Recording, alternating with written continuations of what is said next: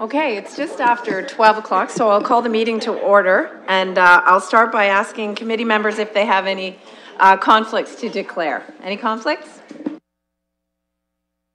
Not seeing any. So we have a couple of timed items, one for 12:05 and one for 12:10. So I'm wondering if committee anticipates long discussion on the consents. Can we pass all of the consents? Does anybody want anything pulled? I understand there are some comments. Councillor Usher, welcome. Thank you, Madam Chair. Madam Chair, I would really like to talk a little bit about 2.1. That's to do with the odor. And Madam Chair, as a guest, would it be appropriate for me to suggest to you that you just identify that these items 3.1 and 3.2 are 12:05 and 12:10 and not 4:05 and 4:10 for the public more than anything else? Thank you, Councillor Usher. The original agenda, had them identified incorrectly as 4:05 and 4:10, but on the added agenda, they are corrected. So again, those scheduled items are 12:05 and 12:10. So Councillor, would you like me to pull 2.1? Well, I would like to go through it. I think it will take about 5 minutes if the appropriate people are here to answer my questions. But I don't know, it's up to you. I just have a few questions. Councillor Armstrong. I just wanted to make a quick comment on 2.5. Oh, and look, miraculously, we are now at 12:05. So why don't we push the consent items down the list and go straight to item 3.1, which is a delegation from the Community Community Safety and Crime Prevention Advisory Committee. And we have Marnie Sherritt and Michelle Sands here to speak to the committee. Yes, Mr. Mayor? I saw Marnie just outside the door, and I wonder if we could ask a staff member to go and ask her to come on in. Thank you.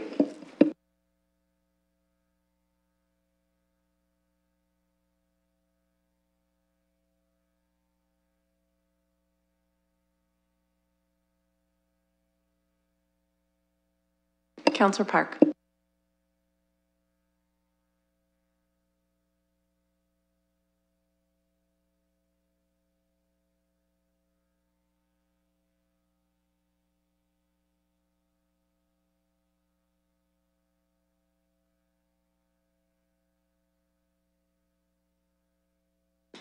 Come on in. You can go right up to the podium if you like. Welcome.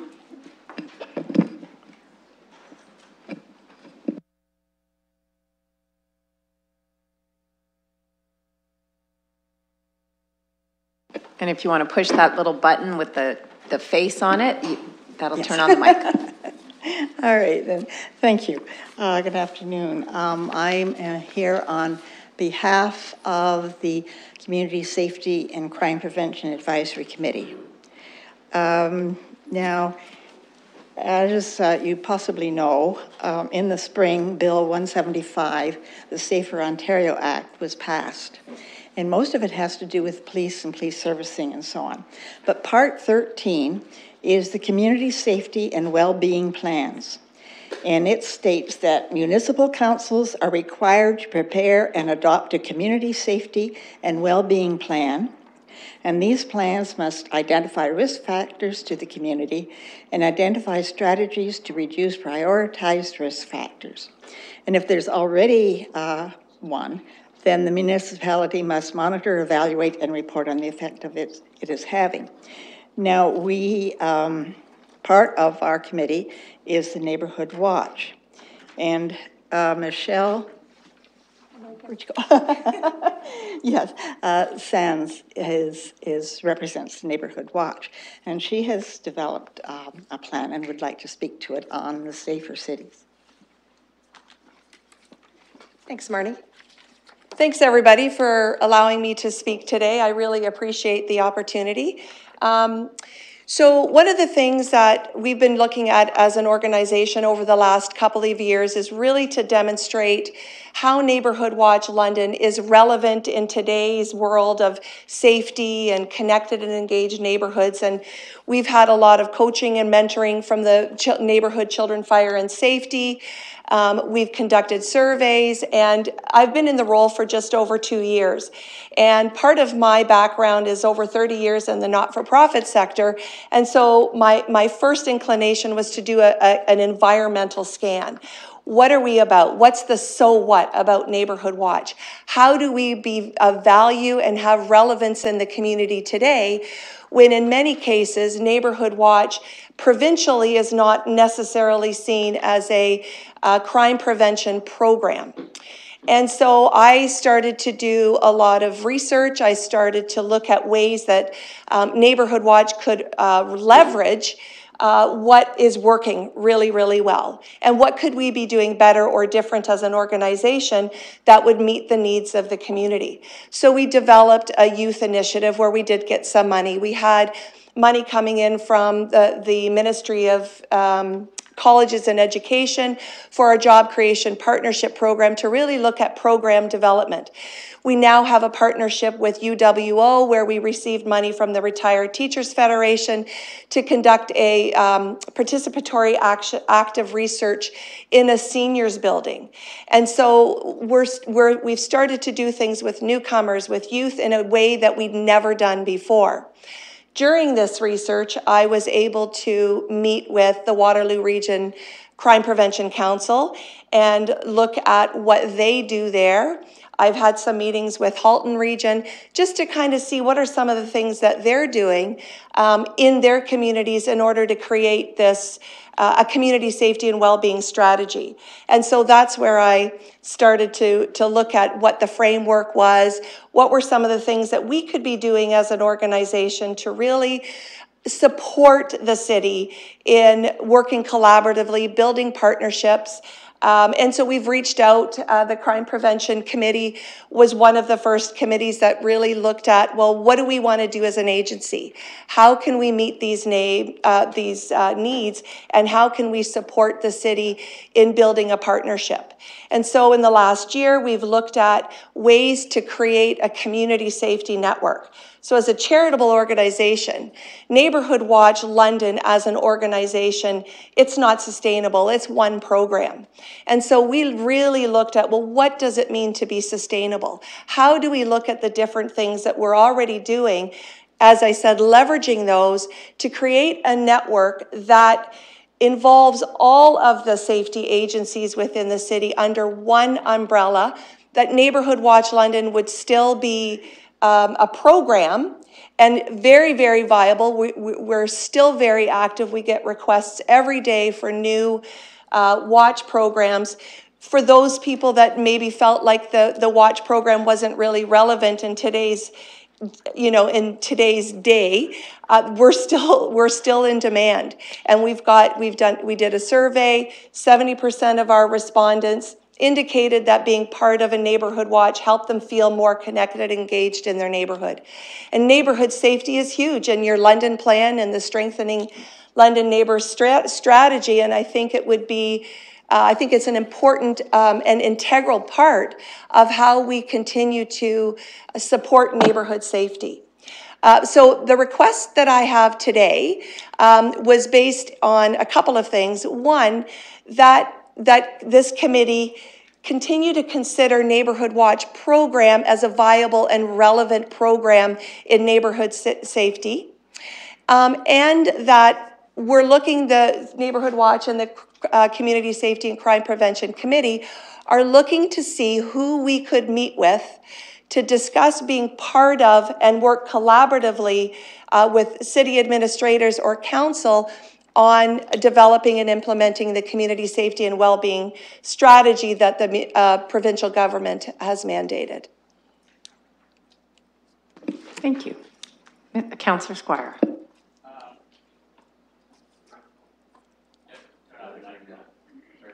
Oh, here? So, Michelle, I'm the city councillor for Ward 6. And if you were to ask my constituents, what would they like to see from Neighborhood Watch? They would like to see Neighborhood Watch working on the problems that really apply to them, which is that their houses, cars are being broken into every night. And that's what I think my constituents want to see. So if I go back to them, and it's nothing against you, but if I go back and say, well, we're really working on creating collaborative relationships between different groups, they'll say, but what about the stuff we need, which is on the ground, which is, which is getting these neighborhood watches in place? Because I can tell you in the old North neighborhood area, we requested a neighborhood watch meeting, and we've been told we can't, we've got to put it off, there isn't time for it, it's probably going to be in the fall. So the biggest challenge for me as an elected official is getting on the ground programs in place to help my neighborhood. So I've tried to talk to the police, I've tried to talk to all kinds of people about how are we going to deal with this problem. And what I really end up with, Michelle, is I go to community meetings with my constituents and they're all very angry. And they get angry at me and they say, well, who's going to help us with this issue? So I think it's great to have collaboration and do all this kind of stuff, but I was under the impression that Neighborhood Watch was to help people in their neighborhoods develop a plan to be safe in their neighborhoods, and maybe you can help me with that. Thanks. So yeah, that's a great point, and I do want to make reference to your constituents in your area, because I was connected with one of your constituents who just wanted to have a meeting actually Wednesday night, which is a meeting of our board meeting. So that was why I had declined that offer at that time, but said I will do whatever I can to support whatever meetings your area, any area within the city require in order to have hands-on support for building neighborhood safety. We already have 466 neighborhood watches active throughout the city. And so we are doing everything we can strategically and efficiently on a very small budget. And I'm very proud of the work that we have done in order to do that. And so the Neighborhood Watch program needs to thrive and continue to thrive. It is the backbone of building a community safety network. I hosted 5 information sessions with our membership in which we shared about their value, and they're already the ones, there's over 86,000 people involved in watches right now. They're the ones already doing the resident work. We're supporting them with tips. We do monthly newsletters. There's all kinds of things that we're already doing. And right now it's me, myself, and I. And so I'm doing the best job that I know how in order to support our residents in our neighborhoods that we're currently supporting with the same issues that you're being asked to deal with. We hear the same things. We hear what are our councillors doing? What is the city doing? What are police doing? And we consider that what we've been doing is actually advocating on the behalf of police and city and councillor to really represent and do a great job to demonstrate how we are working to do that. And that's what a lot of our residents want to see. They very much believe in the Neighborhood Watch program. They feel very strongly, they have felt very upset and let down that Neighborhood Watch, the funding has been cut. Now, my background is not for profit, so I'm very aware of the value and the importance of diversifying our funding portfolio, which we're working on doing, building partnerships. And so we've already got strong partnerships with our area coordinators and our watch members in order to be able to leverage a lot of the concerns that they have.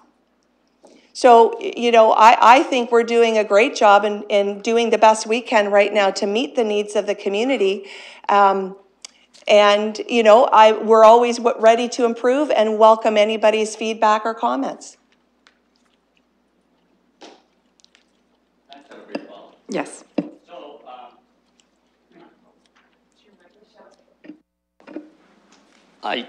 There was an answer in there somewhere, I know, but what I'm getting at is I really just want to express the concern that, and I would respectfully, I'm not sure you're understanding that in my neighborhood there's a very low awareness of Neighborhood Watch. We've had to explain what Neighborhood Watch is. And so there is frustration, and that's all I'm trying to say to you. And I'm hoping we'll be able to, and I know you're working your best. I'm not faulting anyone, but I just think it's important at some point for the city, our police service, Neighborhood Watch to get together and start saying, look, here's an approach. that we can take in neighborhoods to help with these issues. And a lot of it, I think, is just telling my constituents, hey, you have to be involved too.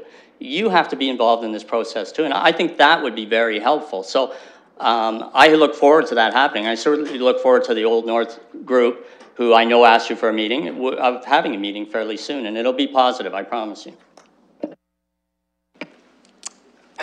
So thank you, and I will take what you said into consideration, absolutely. Just to let everybody know, we have launched for the first time a fundraising campaign, and we'll be doing a media campaign to let people know that Neighborhood Watch is still around, that we're still very much here, and that we want the support of all the community members. So hopefully that will address some of those concerns that you have, that people aren't really that aware of Neighborhood Watch right now. Councillor Armstrong. Well, thank you for your presentation. I'm not really sure it was over yet, but I'm glad to have an opportunity to ask questions. I guess my experience with Neighborhood Watch has been sort of reactive rather than proactive. That within recent memory, you know, I've had a number of, we'll call them incidents in my ward where I asked Neighborhood Watch and the police to work with me on those issues, to reassure the neighborhoods involved that, you know, we would address those concerns, that there are things that they could do to sort of protect themselves from what was going on. One was an arson, the other one was auto B&Es, a rash of them. And as a result of those meetings, at least one person was arrested and charged from information that came from the meetings. And I have to think that people, because we had these meetings, the police, Neighborhood Watch, and myself, that this was an opportunity for people to feel comfortable to come forward with information. And that's what it's all about, information and exchanging information through members of Neighborhood Watch. And again, so I was thankful I had that resource available to me at that time. And I certainly would look forward to using the resources of Neighborhood Watch in the future when necessary, because obviously I know, because of the budget cuts that happened, that there are no resources, hardly. You are the resource. And I think it was a worthwhile program for crime prevention, and also there again, reaction to crisis within communities. And it was good to have that advice and that tool available to me as a counselor. So it's not just about before, but also during and after. And so in any event, I don't think I supported those cuts, because my experiences with Neighborhood Watch has been good. And I think the money that we were investing, that I was getting back much more. And certainly, yeah, the police are out there, but they're busy, and it's an expensive resource, and to be used sparingly. And so I think Neighborhood Watch sort of fills in that gap of going out and networking within the community to deal with issues of crime. So in any event, I want to let you know I appreciate my past experience, and I look forward to working with you and hopefully others in the future.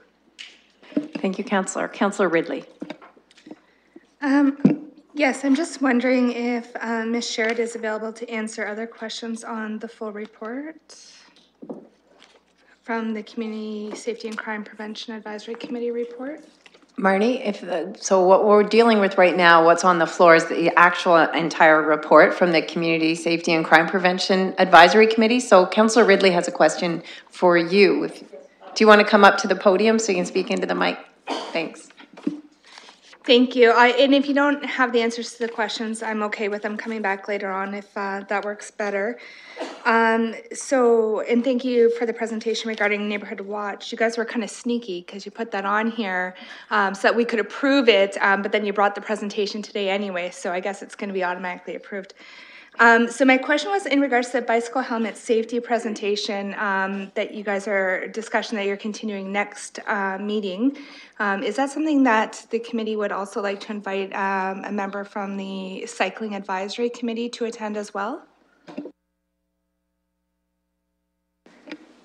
I don't think we asked anyone. I know at one time the bicycle committee was part of the committee that I'm on. But we have someone from the Middlesex Health that is very much involved in the bicycle helmets, and I haven't really looked ahead to the next meetings, what's going to be happening. I do have another request from the meeting before. It's about the speed limit in schools.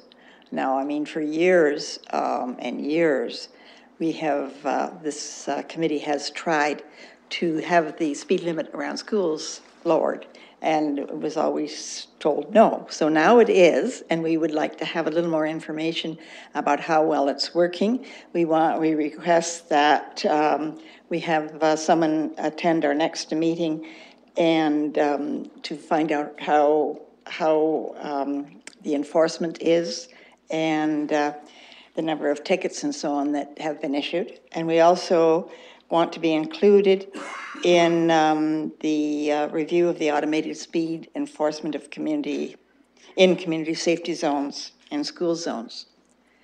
We would like to have that information from someone that knows what they're talking about.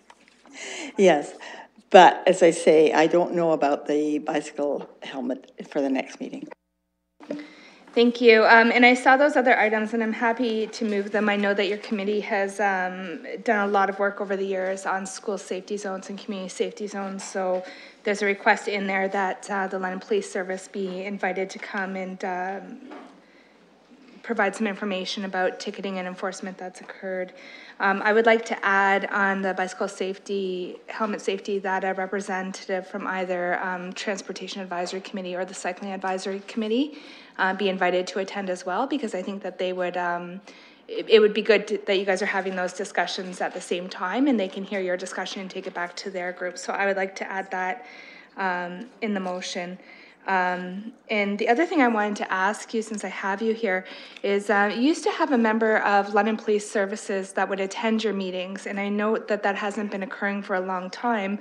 I have spoken with some of the members, but I don't know if the members, is there agreement that you would like to invite a member of London Police Services to be part of the membership moving forward? Is that still something that the committee would like?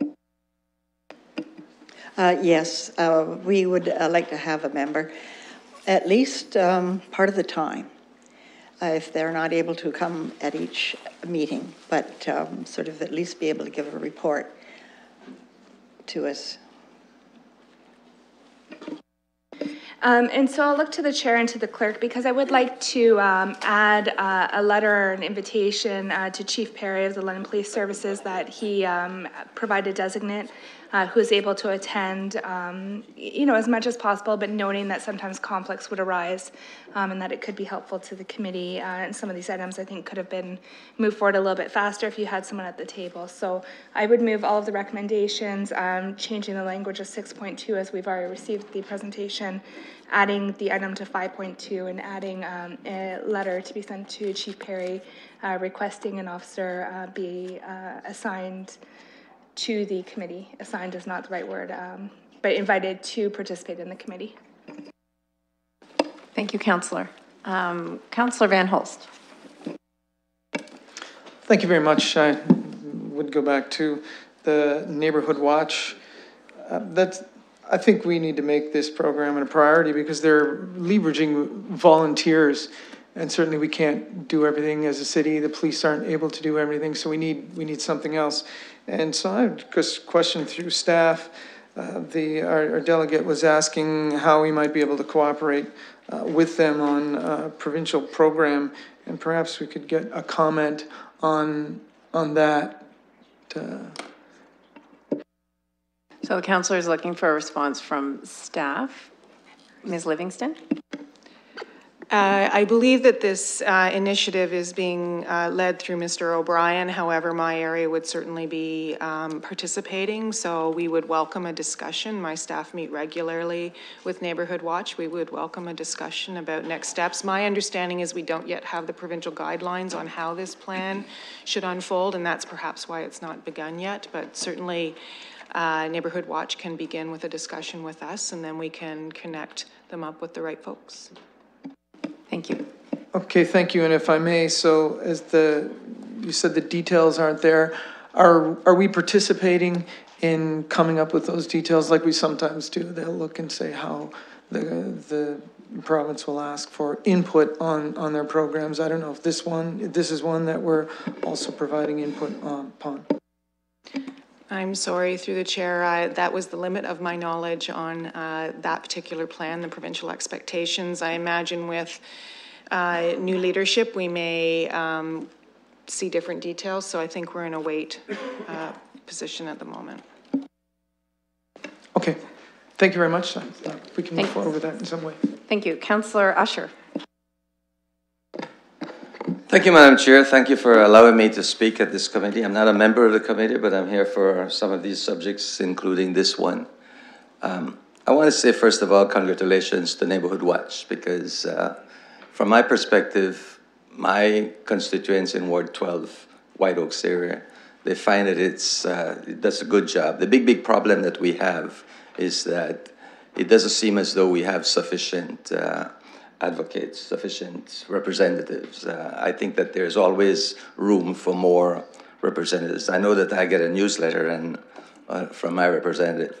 However, having said that, and I don't want to belittle Michelle's presence here, but I think that this should not have come to this committee this way.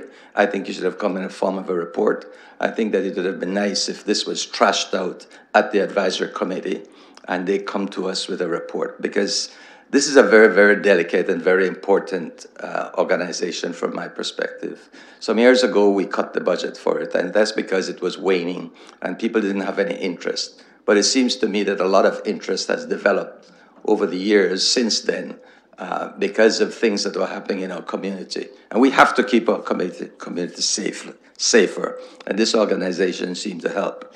And the other thing is that some of the representatives that they have sent everything out by email, and that only capture the information that they send out, only capture a very, very small area.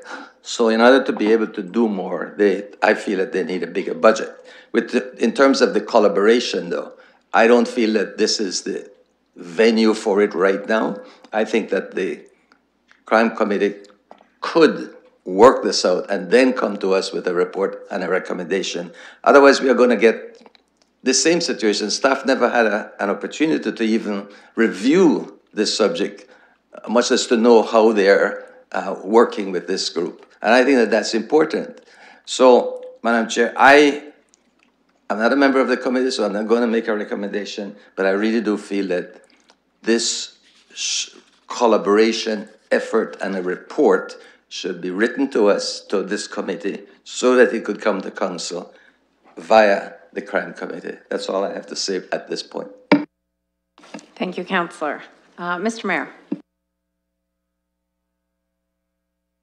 Thank you very much, Chair. I was indicating that I would second the motion that Councillor Ridley has brought forward. And I will point out that my introduction to local government was sitting on this committee, and London Police Service always had a strong presence at each meeting, and it was very valuable. Thank you. Councillor Squire. Just building on what Councillor Usher said, I think that the subcommittee reporting to us would be better served to have a more fulsome report come to us today, to come to us and say, here's where Neighborhood Watch is. It's clear to me, and I've learned a lot today, which some of my colleagues may find hard to believe, but I've learned a lot about the fact that you're in crisis. To me, you're underfunded. You're one person, and here I have constituents who are now saying we got to go to Neighborhood Watch and get help. So I think you're going to see a growth in the demand for your services as budgets get tighter in police services and otherwise. And I think it would be helpful if you came back to us with a full list of how we can help. You know, to be here today and say we're here, we really want to do good work, I think is great, but you have to tell us how we can help, and I would love to help, but I think it's a matter of having something more fulsome come back to us, and that's important work for the community, the safety committee to do, so that when you come back, we have a more fulsome idea of how we can help through our staff, how we can help as counselors, and maybe even help with money. I don't know, but maybe we can. And so I think that's going to be really important, and that's just a suggestion that, and so I agree with Councillor Usher that something more fulsome would be helpful. Thank you, Councillor. I'm going to go to Ms. Livingston now. Through the chair, I'd just like to provide a piece of information that Neighbourhood Watch receives funding through the London Community Grants Program and receives multi-year funding through that program. The next round of multi-year funding will begin in the winter of 2019. That may be the appropriate venue for a financial ask. That's great information to know for both myself and I suppose for Community Watch, that, and certainly I think now some of us will be looking for that ask and treating it seriously. Councillor Armstrong. Well, I'm pretty sure I didn't support it, the cut back then, because of the experiences I had with Neighbourhood Watch, and I'm glad now that, you know, perhaps there'll be an opportunity in 2019 to look at additional funding. I hope the new council, you know, will look at this differently than this council did, because I think it was this council that cut the funding, but I may be wrong on that. Chair.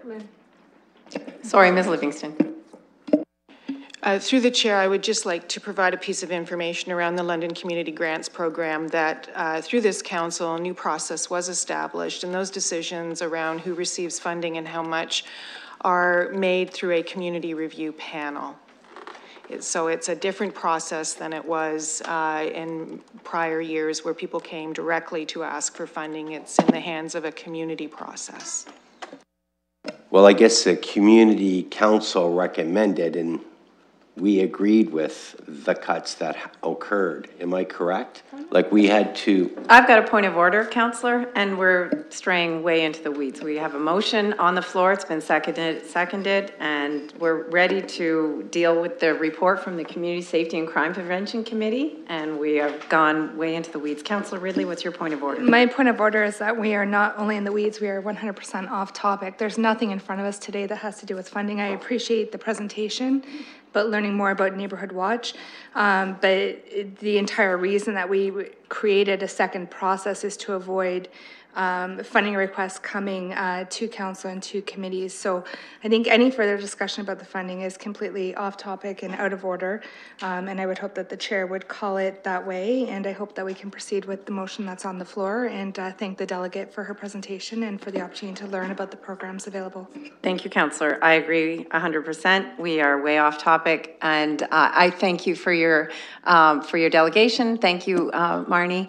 And you have information from and suggestions from councillors going forward about ways to improve Neighbourhood Watch and get the word out there, look at the community grants program and reapplying for increased funding that way.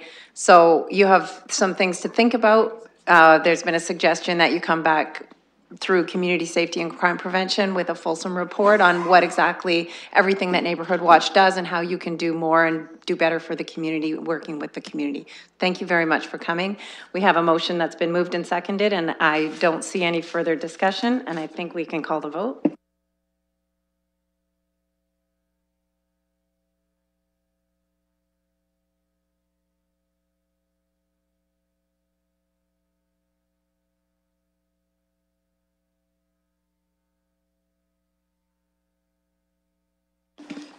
Madam Chair, the chair of the police board just recommended to me, and I agree with him, that rather than saying Chief Perry, because I had indicated we would write a letter to Chief Perry, but rather just to keep it a bit more broad, say London Police Service, that the London Police Service could manage this rather than waiting for Chief Perry specifically.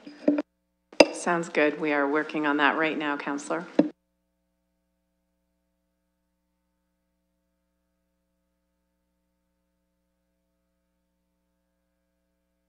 And we can all vote now.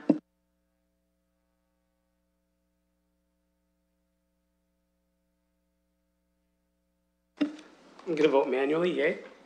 Chair, sorry to interrupt. Thank you, Councillor. Councillor Selly votes yay manually.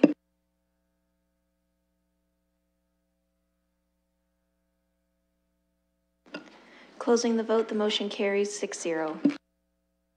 moving right along, we will go to item 3.2, which is the Choose London, Innovative, Vibrant, and Global, London's Newcomer Strategy. And I'll go to Ms. Daters-Beer to start things off.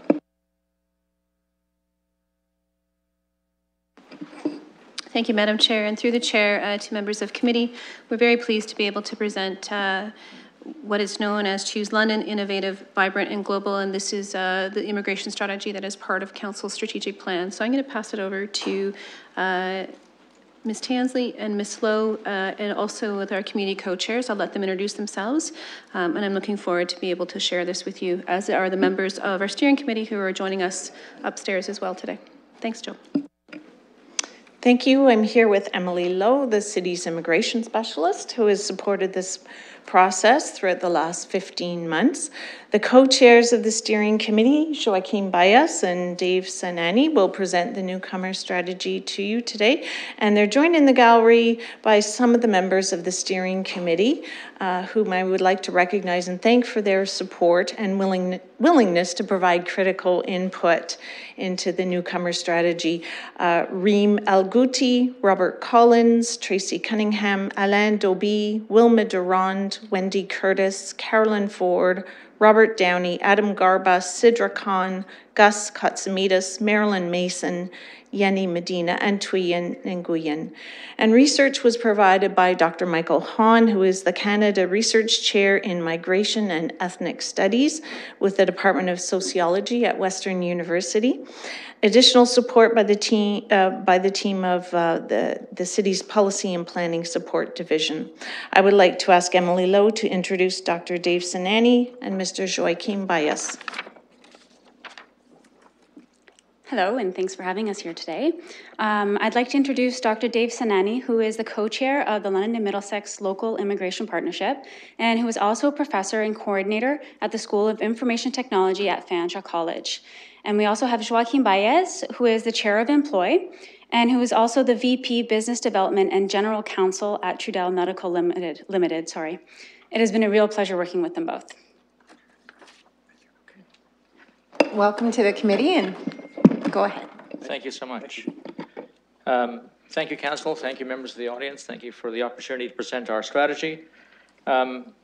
Undoubtedly, as you know, our strategy was born out of City Council's 2015 to 2019 strategic plan, established growing our economy as a strategic area of focus, specifically including diverse employment opportunities directed at attracting and retaining newcomers, specifically international students, foreign trained professionals, and multi-generational immigrants. So under the strategic area of focus, the report under subsection 5, diverse employment opportunities, item D speaks to the idea of the development of an immigration strategy. Okay. So I want to spend just a couple of minutes talking a little bit about some context and some background as to where we are and how we compare. So the London CMA received a lower number of newcomers between 2011 and 2016 compared to the jurisdictions of Hamilton, Kitchener, Cambridge, and Waterloo in those CMAs. Between 2011 and 2016, refugees represented the second largest percentage of newcomers, coming to the London CMA at 34%, following the economic immigrants seated at 44%. So currently the London CMA has a total of about 94,690 newcomers, remaining higher than both Windsor and St. Catharines Niagara CMAs, but certainly lower than Kitchener, Cambridge, Waterloo, which is sitting at 118,615. I want to just very briefly talk about the categories of immigrants we've talked about. And so we do mention in our report the idea of an economic immigrant, which includes immigrants who have been selected for their ability to contribute to Canada's economy through their ability to meet labor market needs, to own or manage or to build a business, to make substantial investment, to create their own employment, or to meet specific provincial or territorial labor market needs. When we talk about skilled workers and skilled trades workers, we fall under this class as part of the worker program. We talk about immigrants who have been selected for their ability, again, to meet labor market standards. They were assessed on the basis of their skill, their work experience, either as skilled workers, skilled trades workers, or based on their Canadian work experience, including skilled work experience or work experience as caregivers. When we talk about skilled workers, the category includes immigrants who have been selected from their ability to meet specific labor market needs as skilled workers. And certainly the trades follows the same idea, being selected by the federal government for their skills ability to meet labor needs in specific trades. If we look at the idea of where we are and where we want to get to, we're really trying to make a fundamental shift from the why to the how. So we're looking at how do we increase our retention rate? How do we increase our attraction rate? And a couple of things that are happening, some of the dynamics that are going on in the meantime are between 2009, 2010 year, up to 2015, 2016, we saw roughly a 31% decrease in net population growth. And this decrease is forecasted to continue to decline in the foreseeable future. The gradual decline in the labor force participation rates over the first half of the forecasted period go from 60 to 57%. And we're also seeing that a 1% population growth would be needed to maintain and support our economic growth initiatives and our targets. So one of the options we have, one of the areas that we're trying to address is the fact that newcomer talent is needed to help fill those approximately 5,000 jobs that are posted monthly in our region. So we're really trying to figure out how do we get to the stage where we're getting the right skills in place, the right people in place, and how are we making sure that we're able to attract these folks, retain them, and integrate them into our community, and fill some of those jobs that are outstanding in our area.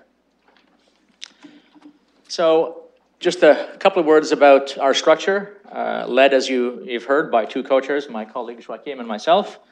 We had 16 members, including external stakeholders, who are primarily newcomers with lived experience, or organizational reps with experience in attracting, integrating, and or retaining newcomers to the City of London. In addition, we were blessed to have an internal City of London support team, fabulous team, research support from policy planning and the Department of Neighbourhood, Children and Fire Services. And in addition, the process and execution was supported by civic administration, by our immigration specialist, and also manager of strategic partnerships and priorities in the social services areas. The process we went through was threefold. We did a bit of an environmental scan, and we looked at reviewing the data, reviewing census data, reviewing our facts and figures, local, provincial, and national statistics. We did a literature review to find out what other jurisdictions were doing in this area, what some of the best practices were nationally and internationally. So we did a scan of local, national, international best practices, existing local programs and services, and also other newcomer strategic plans. We did extensive consultations with the community. We did over 45 specific interviews, focus groups, feedback sessions with both private and public sector organizations, agencies, ethnocultural and faith-based community groups. We did 2 public surveys with almost 650 responses that we integrated into our reporting structure. Very briefly, I just want to talk a little bit about some of the findings from our data review. So again, as I said, it was based on local, provincial, and national statistics. What we found in general was that we had insufficient data available to us on newcomer arrivals, retention, and workforce participation. So we were hampered by the fact that the data was simply just not available to us, either in a timely fashion or it wasn't collected in a manner that we would find applicable to our uses. One of the other things we recognized fairly quickly is we need to strengthen our partnerships with local post-secondary educational institutions and local employment planning councils to get better and more timely data to assist us to make better decisions on how our strategy is going to be rolled out and what are some of the initiatives we need to focus on to get our city into a place where we want. We are still waiting for the July 2018 release from Stats Canada, but we are hopeful and we are intent that this information will provide us more current data around industry, occupation, and admission categories of newcomers arriving to the London CMA between 2011 and 2016. So while the census data is fabulous, it provides us with a rich source of information. It's collected, as you know, every 5 years, and typically the data has a 2-year time lag. So we really are, working on with what we can get, and doing our best to make some reasonable and logical projections based on that. Very quickly, I want to just go through some of the literature review that we did. We looked at a number of different jurisdictions, both locally and internationally. And of note, we looked at the Business Network in Aachen, which targets innovative, growth-oriented ethnic companies. It's based on an inclusion model, a member-driven network of entrepreneurs, executives, and leaders from trade organizations, public institutions, and industry-related organizations. The intent was that it changes the perception of newcomers and the value they bring to the table. Certainly something, a value that we tend to espouse also in our city. Another jurisdiction we looked at were the New Bostonians, a municipal agency dedicated to welcoming newcomers and getting them established. It's focused on a centralized coordination of services, provides free legal advice related to discrimination, and also English for speakers of other languages. Again, all things aimed at the ideas of retention and integration into the local economy. Philadelphia has an opportunity has an initiative where they bridge entrepreneurs with financial institutions. They create a lending circles model, and they're which are a familiar structure to many immigrant communities. BC, Manitoba, and New Brunswick are working on improved data collection. Quebec has a Canadian Experience and Employment initiative, which tackles the lack of Canadian experience issue for many newcomers. It's a professional sponsorship program, and the Toronto Regional Immigrant Employment Council Mentorship Partnership, TRIAC, you may know it by that name, matches recent skilled workers with mentors in their field. Thunder Bay has an annual immigration forum, connecting and education individuals and organizations on issues around newcomer needs. So we looked at some of those best practice models and tried to imagine what we could do in our city to adopt some of those things to increase our retention, integration, and attraction rates. We came across, we developed out of this landscape scan, we developed 4 overarching guiding principles. The first one was this common understanding. And we recognize that it really is predicated on a two-way approach to immigration, where the immigrants and the community both have a role to play and a responsibility to work on that issue. We understood that a common voice to create change was something that was really particularly necessary in this initiative, a united voice when approaching both the provincial and the federal governments with respect to some of the policies and how we could advocate for change where we felt it was necessary. Leadership, we are looking to the City of London to lead by example, as much as we look at many other organizations to lead by example. But we're looking to the city to lead in terms of the community and also in terms of its internal structure and processes. We felt that, as with many initiatives, one of the pitfalls is that we tend to look only within our bounds. And so we recognized early on that we needed to include our neighboring municipalities, that there's much more critical mass, much more effectiveness and impact to be had if we can include neighboring municipalities. In the long run, we would benefit by having a regional approach. So we tried to look at what are the communities that are in our catchment area that are affected by our strategies and who affect our strategies. So if we can come together in somewhat more of a regional model, we feel that we have much more chance of success in bringing these newcomers to London and having them stay with us. So out of all that work, we crafted a vision and a mission, as most strategic plans do. And essentially, we recognize, or we want to espouse the value that newcomers will choose London as Canada's leading community to live, learn, and work.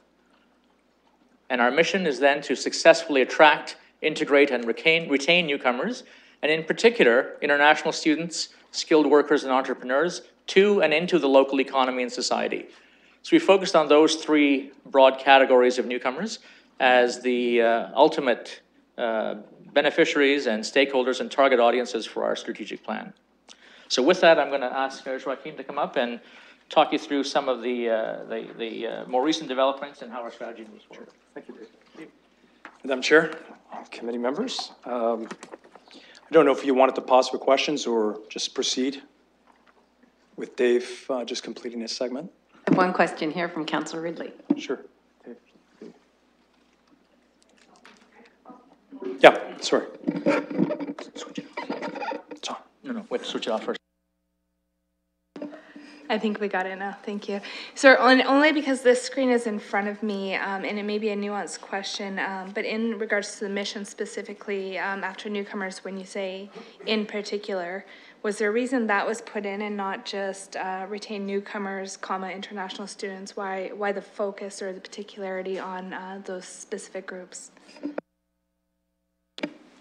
So our focus on those particular groups was really aimed at the concept of employment and economic uplift to our community. So we felt, in the case of international students, we want to be more than just a whistle stop for these folks, right? They come here, they get some tremendous skills from our educational institutions. It'd be great to avoid that sort of concept of them going back to their home countries. We have a lot to offer in London. They selectively choose London for a variety of reasons, and so the opportunity exists we're training these folks, How about getting them to figure out a best way to stay in London and practice their craft? So that was one sort of opportunity for us. The skilled workers and entrepreneurs, obviously directly involved in economic uplift to our community, contribute to our economy. We felt that we were already focused on that aspect of a strategic plan. So that based on that, we chose those particular target groups. Just one additional point as well is the impetus behind this being growing our economy. So again, we were keeping that in mind as well. So in the definition of newcomers, we kept it broad. We didn't want to be exclusionary, but at the same time, maintain the focus on the three major subgroups that would actually enable us to grow our economy. Thank you. And are we pretty married to this mission, or is there room for debate and some alterations at this point in time?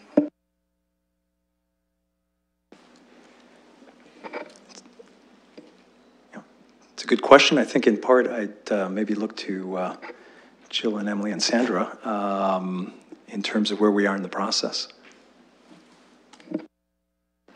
Thank you. Through the chair, this is information and a recommendation on the mission that's been developed based on stakeholder feedback in our community and the work that's been done over the last 15 months. Having said that, certainly we are looking for some feedback from committee and council as we move through this process, and happy to take any suggestions about recommended changes. Thank you. And while I see that this came out of looking at economic impact, I can see that as being perhaps a little bit unwelcoming to people that don't see themselves in that group of international students, skilled workers, and entrepreneurs. And I see great value in many immigrants in my community. And I have one example of a family who moved here. They've lived here for 20 years now and immigrated from Africa. And they're doing okay. But they have 7 children who are in med school, who are in engineering, who are in business, and these are going to be children who are rooted in London, or who are going to help to grow our economy, and who have developed that commitment and love for their city. So when I see that in particular, I look at that family and I think there's a family that might feel like this doesn't apply to them, but these are people who have immigrated and who have contributed greatly to our economy and will continue to do so for generations to come. And we've got that retention because, you know, they were raised in this community. So that's one that I have a little bit of a hang up on, just because I wonder how it would be perceived by those families. And I don't need to make a change today, but I do want you to kind of go back and throw that around a little bit and see if there's a little bit of wiggle room to evaluate that. Councillor, so thank you for those comments. We'll let the presentation continue, and I'm sure that will come up. Thanks. Go ahead.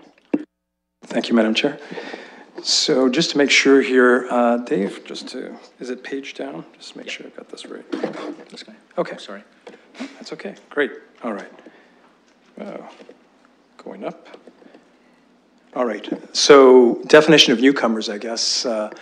We were trying to be encompassing, as you'll see up on the screen, in terms of who. So there's no definition of immigrant under the legislation, immigrant legislation here in Canada. So we felt it was important as a committee to make sure that, you know, there was a clear understanding as to what we meant when we said newcomers and when that term was used in the paper. So there are two particular subsets. One is immigrants and how we define that term, which means individuals, including their accompanying family members who, when they arrived to Canada from another country, were not citizens. And then prospective newcomers, because we're also looking at attracting, so keeping in mind attracting, integration, retention, being part of that mission that Dave referenced before. So on the prospective newcomer side, means individuals who are not living in or citizens of Canada, have skills that would be of benefit to London's economic and social development, or have the requisite academic and or other credentials to gain admission to a university, college, or high school in London.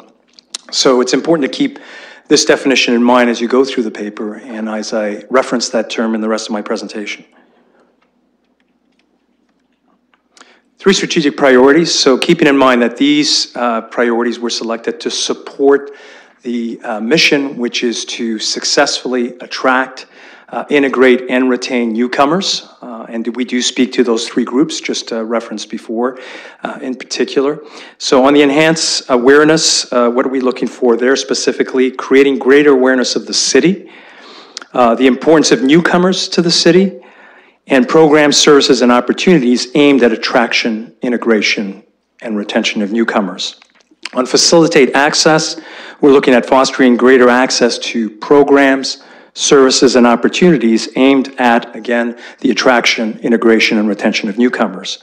And on the active engagement priority, looking at fostering greater engagement with and or among newcomers and local, regional, as Dave mentioned before, the regional piece being important as well here, provincial and federal stakeholders, city staff departments to achieve a more coordinated and concentrated approach to the attraction, integration, and retention of newcomers. All of this is underpinned by a work plan, which again is included, I believe, in the paper that was distributed earlier today. We were also very conscious about what levers are at our disposal. So we speak to this being a community-led initiative, which it is, in terms of the input provided by multiple stakeholders, and having engagement by those stakeholders beyond this here will be very important in terms of the success of the strategy. But the city, again, as Dave mentioned, to play a leading role and also to keep in mind what levers does the city have at its disposal to ensure that the mission is achieved and that we're able to achieve some of the objectives that we've set out in the work plan. So I just wanted to provide that as background. So getting to each one just slightly in more detail, and I won't belabor this too long, but in terms of enhancing awareness, one finding that came through loud and clear is that there was a perception, and in fact it was rooted in reality once we've had consulted with a number of stakeholders, that there is no sort of consistent message from the city, not one that all stakeholders could take with them. When I say stakeholders, for example, whether it's on the education side, business side, or otherwise, to send out that welcome message coming from the top, not necessarily from Fanshawe, not necessarily from Western, not necessarily from the business community, but from the top, from the city. So creating a city welcome message that is a consistent message used by all stakeholders, we heard as a recurring sort of theme in terms of recommendations. So that is one of the objectives in terms of supporting enhancing awareness. Digital strategies, very important here. We saw a number of examples with leading cities, whether in the US or Europe, making very good use of digital strategies in this context and other contexts. In particular, we're looking at the London Middlesex Immigration Employment, or the Immigration Portal, pardon me, which again was referenced on a number of occasions through our consultations. And the key there was really more of updating that site and making sure that it includes all the information in terms of all the services available in the city and creating easier access to that portal. There was also discussion about creating an app on the digital strategy side, and that's something that's actively being investigated. And also using tools such as Alexa and Google Home, which some communities have started using, in particular in the US and Europe, in terms of providing greater awareness of services that may be available to newcomers. The other one is a pilot welcome center. Again, we mentioned pilot. I think it's important for us to pilot this first, but have sort of a central repository or area where newcomers can access really all the information that they would need in terms of integrating and ultimately us being successful in retaining them in the city or in the CMA. City's internal education coordination and initiatives. Again, on this front, making sure that the city itself, again, as we mentioned before, important to see the city taking the lead by showing the example as well, but continuing to do some of the good work, in fact, that they're doing already, but enhancing that awareness among the city employees and staff in terms of the importance of newcomers and the benefits of having newcomers in the workforce. And also a better awareness of the cultural differences, which come into play, of course, in terms of managing employees. City corporation, so I mentioned how to employ, how to find employment, so work with community stakeholders in this regard. I'll get into this a little more with the other strategic priority, but working, for example, with stakeholders such as the Chamber of Commerce in the city. Let me move on to the next. So facilitate access, welcome and engage international students. This was viewed as a way to encourage engagement and accessing resources ultimately. There was a lot of positive comments that came back to us during the consultations about seeing members of City Council and seeing staff members in attendance at these meetings. not only by the students themselves, but in some cases, in particular where you're dealing on the secondary school standpoint, by the parents. And seeing that message, again, coming from the top, and in terms of that welcome message to newcomers, seen as very important. So again, the recommendation here is to continue with some of the activities that the city's already involved in that regard, and actually find 2 other potential events where the city could participate in that same regard with respect to other educational stakeholders in the city. Increased community building, 2 parts to this. Create a link between city departments and outside stakeholders, wanting to make sure that with everything that the city does, whether it's on the planning side or other aspects of its work, there is typically a component part that will impact newcomers. So it's just making sure that there's an awareness of that and that there's a conduit whereby that input could be transferred over to the applicable department. Support specific campaigns, promoting the benefits and positive impacts of immigration on the local workforce. Again, we see that as important. We saw a lot of cities really taking the initiative here in terms of debunking some of the myths that are out there and making sure that people are aware of the facts and just not sort of hearsay and what sometimes gets propagated out in the community, which is inaccurate. But again, sort of a marketing campaign in that regard. Program funding and procurement. We talked about levers before. This requires further sort of review, but again, was identified as something for the city to take a closer look at, whether in terms of funding certain organizations or services, whether there's an opportunity there to encourage, support the newcomer strategy in terms of, again, whether integrating or in particular, the integration piece in particular, and supporting that as part of the strategy. Sorry. So on the next, and maybe just not to cite, on number 5, sorry, let me just take you back, I apologize, just not to lose sight of the strengthen London's workforce through workplace connections. 2 aspects here that I'd like to highlight.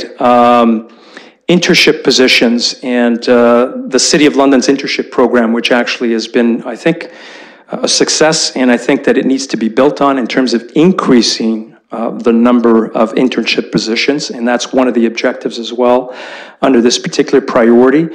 Also mentorships. Through, as you may be aware, Employ has a leading mentorship program. Mentorship was seen again as a recurring theme in terms of a best practice among a number of cities. One of them that we highlighted in the paper from Toronto, so just nearby, just 2 hours away. But that being a very effective way of gaining access ultimately to employment opportunities for newcomers, a first step. Active engagement. So this is the last of the 3 strategic priorities. Creating an advisory committee, and that is probably the top objective here under this particular priority at this stage, but really to review the progress of the implementation of the strategy, of course. Coordinate advocacy efforts with the federal and provincial government, and this is important. In other words, wanting to make sure that we have a united voice when it comes to trying to persuade federal or provincial government in terms of changing their policy when it comes to newcomers, where we see that hurting us, and in particular where we see that going against the strategy that we're proposing here before you at this committee. The other aspect is creating a data development partnership to improve access to timely and relevant statistical information on an ongoing basis. I mean, you heard Dave speak to this earlier, but I need to emphasize it again. I mean, the data that we're working with, a lot of times, all of it is 2 years dated at least, and it comes in bunches of 5 years. So Stats Canada will provide information over a 5-year period, but by the time that we get that, it's already 2 years old. So we want to make sure as much as we can, and there is a possibility of doing this, and Dr. Hahn was very helpful in this regard in identifying some best practices and some initiatives out there, one in particular dealing with tapping information through the Medicare system, which would provide us with more timely information on newcomers. And again, if you're going to base policy decisions on data, we got to make sure that that data is reliable, of course, but also, up to date. So again, that would be another important objective here on the advisory committee side. The other piece is on partnerships, so strengthening existing and creating new partnerships. I mean, Dave spoke to this already. There are a number, I mean, many stakeholders in the city really doing a great job. The key there, though, is that we need to work together and bringing those stakeholders together, as we did through this initiative, which was very positive in that regard, and getting that collective input becomes critical, and knowing what each other is doing and making sure that we are working more effectively together. At the end of the day, we all have the same objective. The other aspect on the partnership side too is having an annual forum to consult with local stakeholders. We saw this as a best practice in Thunder Bay, and it turned out it was actually quite effective, but really getting all these stakeholders together at least once a year and just talking about where are the gaps right now, what's going on. And this may be something that can be coordinated together maybe with the report on an annual basis on how the strategy, how we're doing in terms of our strategic priorities and our objectives. But again, the importance of getting everyone together at least once a year to speak to where we see gaps, trends, et cetera, but all stakeholders coming together. The last piece, we're talking about expanding London's business and networking programs. So again, working with local stakeholders. You know, we're talking about integration, and there was a comment made before about, you know, expanding sort of definition, mission, and whatnot, which we understand and kept that definition broad on purpose. The main driver for integration is ultimately finding employment. If someone doesn't find employment, we're likely not going to retain them, and that becomes key. So creating that business networking program we found was very important on the active engagement side, making sure that we get stakeholders such as the Chamber of Commerce, the LEDC, which is already quite actively involved and doing some good work as well out there, and Employ, which is basically an organization specifically directed at creating a bridge between newcomers and employers. More can be done there, and also in terms of the city, taking the lead. Again, looking at seeing the top taking the lead on a number of these initiatives, but again, with support from the community stakeholders. Without the support, it'll be difficult to achieve some of the objectives. And I think... Can you leave that to questions? Sure. You've got to wrap up. Yeah, okay, sorry. So very quickly on the targeted outcomes, the only one I'll speak to, because I'll leave this to questions, I apologize, it looks like I've ran out of time, but we have here an annual inflow of 4,000. What we're talking about here is an annual inflow of migrants to London in order to maintain a 1% population growth, and the assumption being made is that we're looking at a decrease in the natural population increase, which means the difference between births and deaths of 2% per annum. Okay, so we created some modeling around that. Some of that can be changed. If we want to grow a little more, of course, that number will have to come up. But this was just to give you the perspective and to make sure that we're keeping our eyes on this. It shouldn't be going down below 4,000. Again, we should monitor, but again, right now, it should not be going below 4,000. We did reach about 4,700 in the most recent period, but part of that was also there was a huge influx on the refugee side. So if we look at prior numbers, they were below in some cases. So again, we need to keep this number in mind, and it creates sort of that burning platform. Without this number, we're not going to achieve 1% growth in population, which means we are likely, very likely, not going to achieve the economic goals expansion that we'd like to see in order to make sure that we remain a vibrant city. On that point, I'll just quickly then go down to the next. So again, not much to comment there, and I'll just go to the last part, but just again, on the next steps, as I mentioned before, establishing that advisory committee becomes important. For the most part, populated by the representation you saw in the steering committee, which was a good collection representative of those stakeholders involved in the community with respect to newcomers. An in-depth implementation plan. Again, financial resources will be needed for some of these objectives. And that needs to be looked at a little more carefully on the city, I think rightly so, in terms of taking the time to do that properly. It's important, but the goal would be to achieve that within the next 12 months. So to come back to the city with a specific budget and a rationale for why it makes sense to proceed with initiatives X, Y, Z and expending X, Y, Z money. And progress report of work accomplished, next steps and activities completed within the next 12 months. We envisage this happening on a yearly basis. And I think that's all. Thank you for your time. If you have any questions. Yep. Thank you, Mr. Bias. Thank you, Mr. Sanini. And I'm going to go to committee for questions. Mr. Mayor and Councillor Squires next. Thank you. I really have comments, and my intention was to move the recommendation. Can I do that now, Chair? Okay. This is our future. I can't put it any more simply than that. And I think that we need to say thank you to Joachim and to Dave and to our city staff, to all of the steering committee that have spent 15 months working away on this. There are things in our life that we have to do, and there are things in our life that we choose to do. You've chosen to do this, and I want to say that I'm very appreciative of that.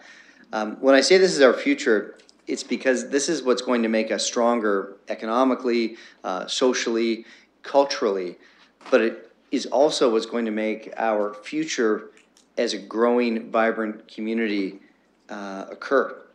We are a medium-sized city. I'm grateful that, Joachim, you covered the negative population growth, natural population growth that we're experiencing as a community.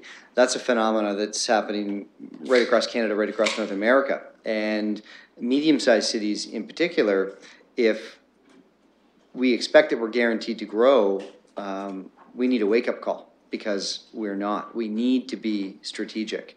And our population could very well shrink unless we had the right plans in place. And so we, of course, need to provide a very warm welcome to our new neighbors and our new friends, but it also needs to be a strategic welcome to our new neighbors and to our new friends. I look up in the gallery and I see experts from across our community who have committed a great deal of time to bring this plan forward. I am very reluctant to changing any of the plan that we see before us. I think that we are a welcoming community. We've demonstrated that specifically when I think about the issues that were experienced in Syria and the refugee crisis that occurred. We're the 6th largest community in Ontario. We've accepted the 3rd largest numbers of refugees. And so we are an open and welcoming community. But we need to set some really clear and specific goals as well. And I think that this document does that very well. If everything is a priority, then nothing is. And this document, I think, describes that very carefully. The last thing I want to say, Chair, is that we can't do this alone. And it's really clear we need to reach out to our stakeholders, to our community partners, and specifically and importantly, our federal government and our provincial government to make sure that this can happen. It's covered very well in this document. So I'll move it, move endorsement. And I want to thank you again for your work, for your dedication, and for your passion. Thank you. I'll go to Councillor Squire next. First of all, I'm happy to second it, and stay tuned for this, Mayor Brown. I agree with everything the mayor said. So just like every time. It's like that all the time here. Without repeating, I mean, I have Western University within my constituency, and I went to the international greeting of the students this year, and there were students, I can tell you, from every country literally in the world. And they all knew things about London, but the thing they really knew was Western. They knew, Chinese students were saying to me, we know Western.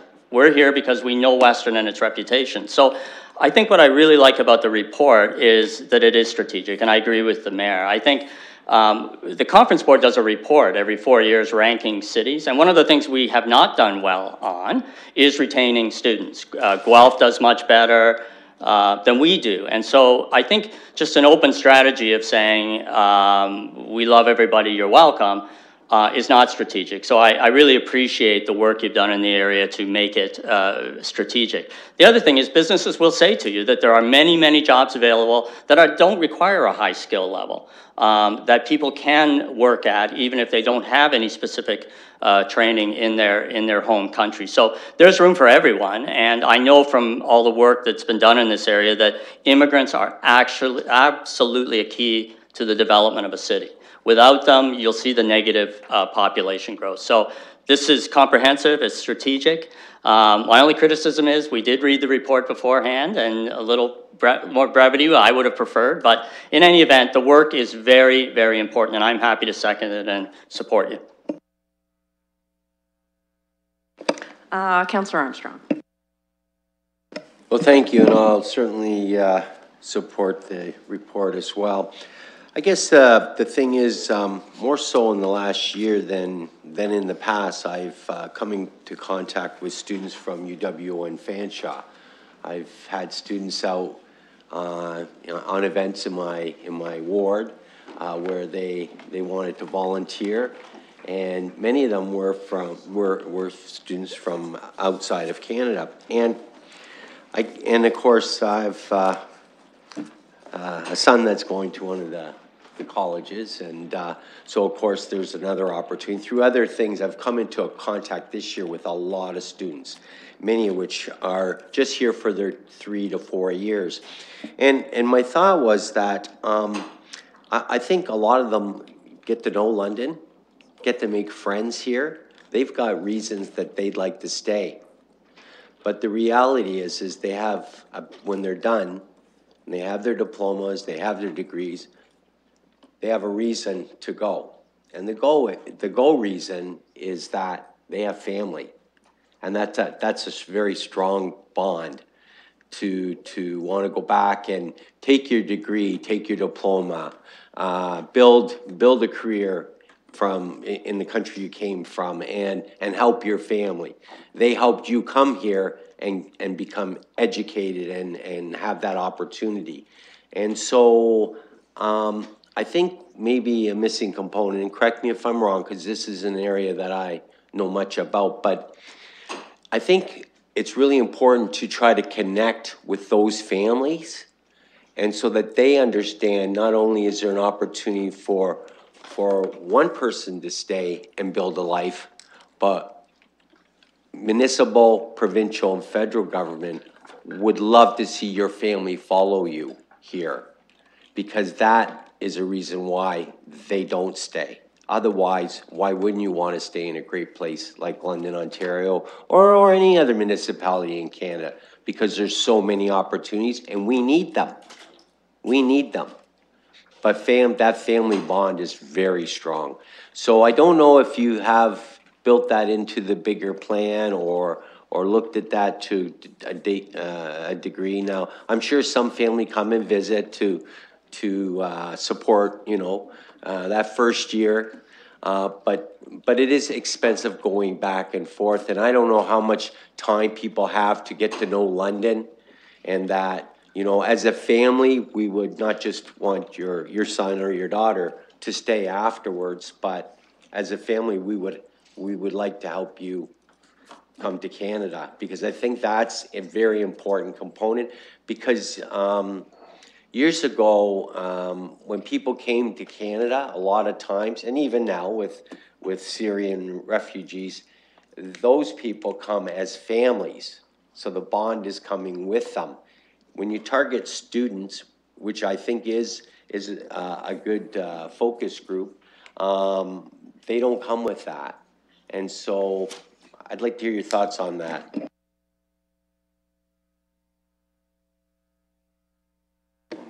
I'll speak to it after. So thank you for your comments. As it happens, and this is a great segue for which I'm eternally grateful, my students are all international students at the college. And so our country and our province has a system where our students have the opportunity to apply for permanent residency status and work permits and all those sorts of things. And so as many of our students who are interested in going back and setting up shop at home, we have equal numbers of people who are intent on staying here. Anecdotally, when our students go to a different educational institution once they finish their program here, London always retains that special place for them. And I get lots of phone calls and emails from my past students going, "Oh, sir, I wish we had stayed here in London. I wish we could come back." And so that's all good news for us. That's a terrific story.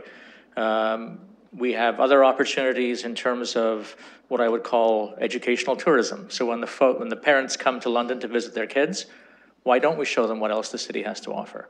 Why don't we talk about the vibrant arts and culture sector? Why don't we talk about investment opportunities, right? Many of these folks have sent their kids abroad because they can, because they have the opportunity to support that lifestyle. So there are lots of opportunities open to us in terms of increasing the attractiveness of our city. I think we intentionally picked the students as an opportunity to leverage some of those ideals. And I think we're already in a good place. We're not, it's not necessarily an uphill battle from a lifestyle, culture, attractiveness, cost of living, lovely place to stay perspective. But we are obviously bound by provincial and federal regulations in terms of what students can and can't do. So the opportunity may exist for us to, as Joaquin puts it, to exercise some of those levers, to work the magic in our favor, so to speak. But thank you for that. Yeah. No, I think I echo what Dave just said. One comment just to make there is, looking at keeping students here, a number of students are very entrepreneurially minded and want to start their own business. Unfortunately, right now, that doesn't count as Canadian experience in terms of them staying in the country. So, we were talking about this advisory committee and pushing for change on the policy side and the federal, provincial. That's one area. So we certainly have given some thought, and it's a good point.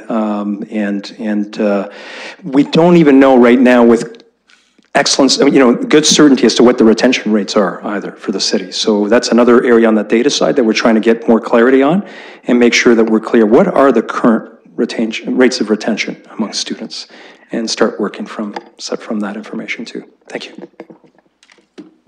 Councillor Usher. Thank you, Madam Chair. Again, I thank you very much for allowing me to speak at your meeting. I fully agree with the Mayor, and I want to thank you very much for the report. When I listen to the report, I hear the same song that I've been singing for 18 years or more. So I can't help but fully support it.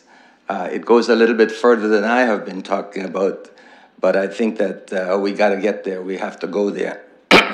I would like to talk to you some other time about the numbers, but I'm not going to bring that up right now. I think that I speak to some of the students at Fanshawe College in their opening remarks. Every 4 months, you have a group of students there called the Fanshawe Construction Management Program. And they're all professionals. They're either engineers or architects. And a lot of them come from, there's generally about 70 of them every 4 months, and their classes for 8 months. And I'm always invited to the opening day. And I think that most of them are from India, some of them are from China, and some of them are from South America. And I get to chat with them for briefly. And in their opening remarks, they always want to know how they could get to stay in Canada.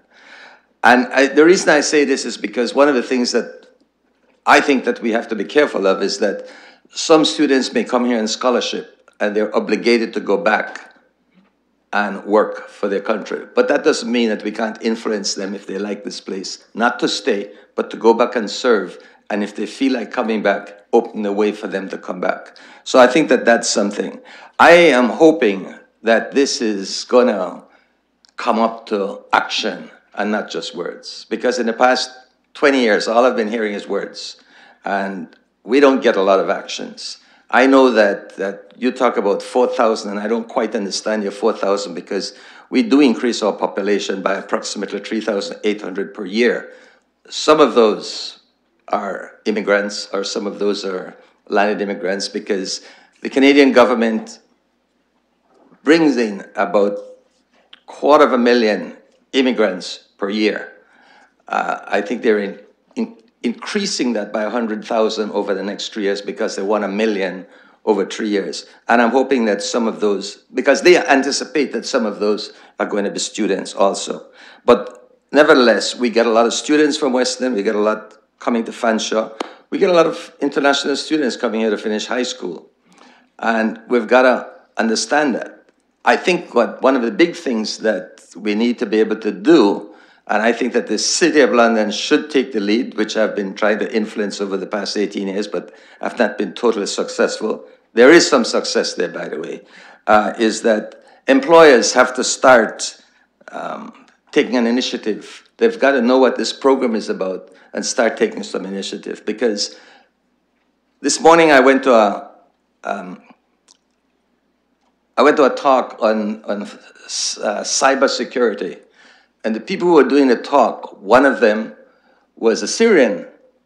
person who was born in Syria, and the other one was a person who was born in Brazil. And they were there. And the reason I mention this is because they were there with the thick accent, but speaking to us in English. And my problem is that over the years, one of the things that I have experienced is that when people go out looking for jobs, they get rejected because of the color of the skin or their accent or where they were born or something. I want this to erase that. I want us to be able to look at people's qualification and hire them. The last thing I want to point out, Madam Chair, is that we talk about hire them in between. All of these immigrants are allowed to work 20 hours legally, 20 hours per week. Not full-time, but per week. And I believe that sometimes we, as a city, or as a city of employers, in the professional field, could find work for them. You know where to find work today? You go to any variety store and any gas station, and that's where they are. I have no idea how much they're paid. I have no idea how many hours they work, but I know that it seems to me different from what the law says. All I'm saying is that talk to any of them, and they'll tell you that they're going to Fanshawe or they're going to Western. They're either in the business school or in engineering or something, but many of them are at Fanshawe. I'm not saying that that's not good, because at least they earn a few bucks, but it's not experience that they could put in their resume afterwards. Madam Chair, the one other point is that we seem to stress only on students. And I think that this participation that the Mayor mentioned with respect to we need the partners of the federal and provincial government, there's another aspect to this, because it's not only students. Out in the world, there are much, much larger number of people who would like to come to Canada, and we just reject them because of where they're from. We got lots of people from the Caribbean, Central America, Asia, and all of these other places who would like to come to Canada, but they're rejected. So I understand that one way in is coming in as a student, and I understand that we've got a lot of students. And by the way, London gets much, much less students than many of the other university cities. I don't know why, but yet when they come here, they love the city. So I'll leave it at that, Madam Chair. Thank you very much for allowing me to participate in this, because this is something that I believe strongly in. I would just like to see it go further than just the students, that we open immigration a little bit more, and that's a discussion for another time and another area. Thanks very much, and congratulations for the report. Thanks. Thanks, Councillor. Councillor Van Holst. Thank you, Madam Chair, and thank you to our delegates too. I think this is a very important initiative. We should consider ourselves an immigration city and have a process that deals with that strategically. So bringing in the people that we know can fill jobs immediately is going to be the most efficient way for us to grow. And that growth is very important, because as long as our growth is slower than inflation, then everything we do becomes less efficient. So these are discussions we have at London Hydro often. The great thing about, of course, international students is that the more we have, the more we get, because there's a reputation that's built, and they come. I think that's great. So more students bring more students. Housing is going to be a challenge for us, of course. It's having enough housing to match the growth, and so those challenges are going to be important to deal with well. And although it's not included in this plan, I do think it needs to be said that a very, very important way to increase our population is more grandchildren. And I just hope the people who heard that, I hope there's people who hear that. Yes, Thank you, Councillor. Any other comments? Councillor Helmer. Thank you.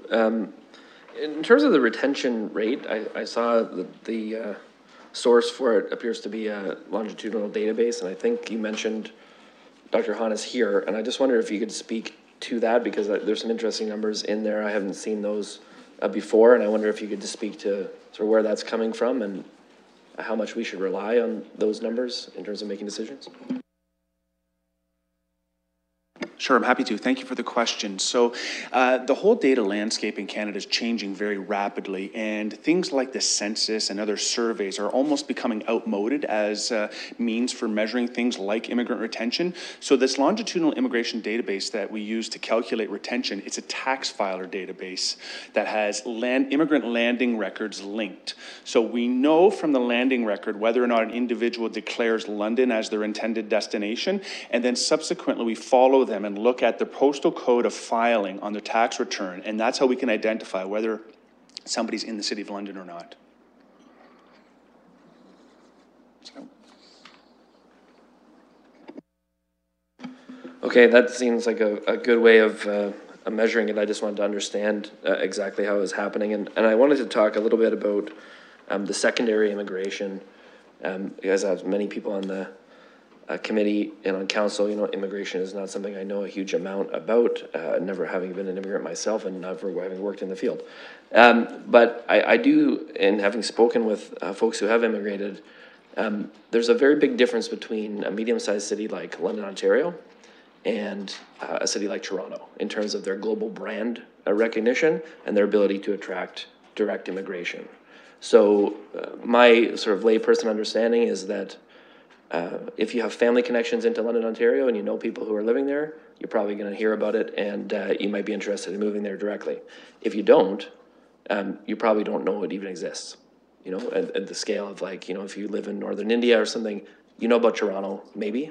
You know about Vancouver, maybe, but you don't know about any of the smaller cities in Canada. So I think that's where what Councillor Squire was talking about, you know, Western actually is a brand that might penetrate into certain markets. And get people's attention. But in terms of the secondary immigration, people who say move to Toronto first and then they want to move somewhere more affordable where they find there's better quality of life, and then they look at something like London, I wonder what the opportunity is there, particularly this moment in time when we're having really tight affordability problems in the GTA.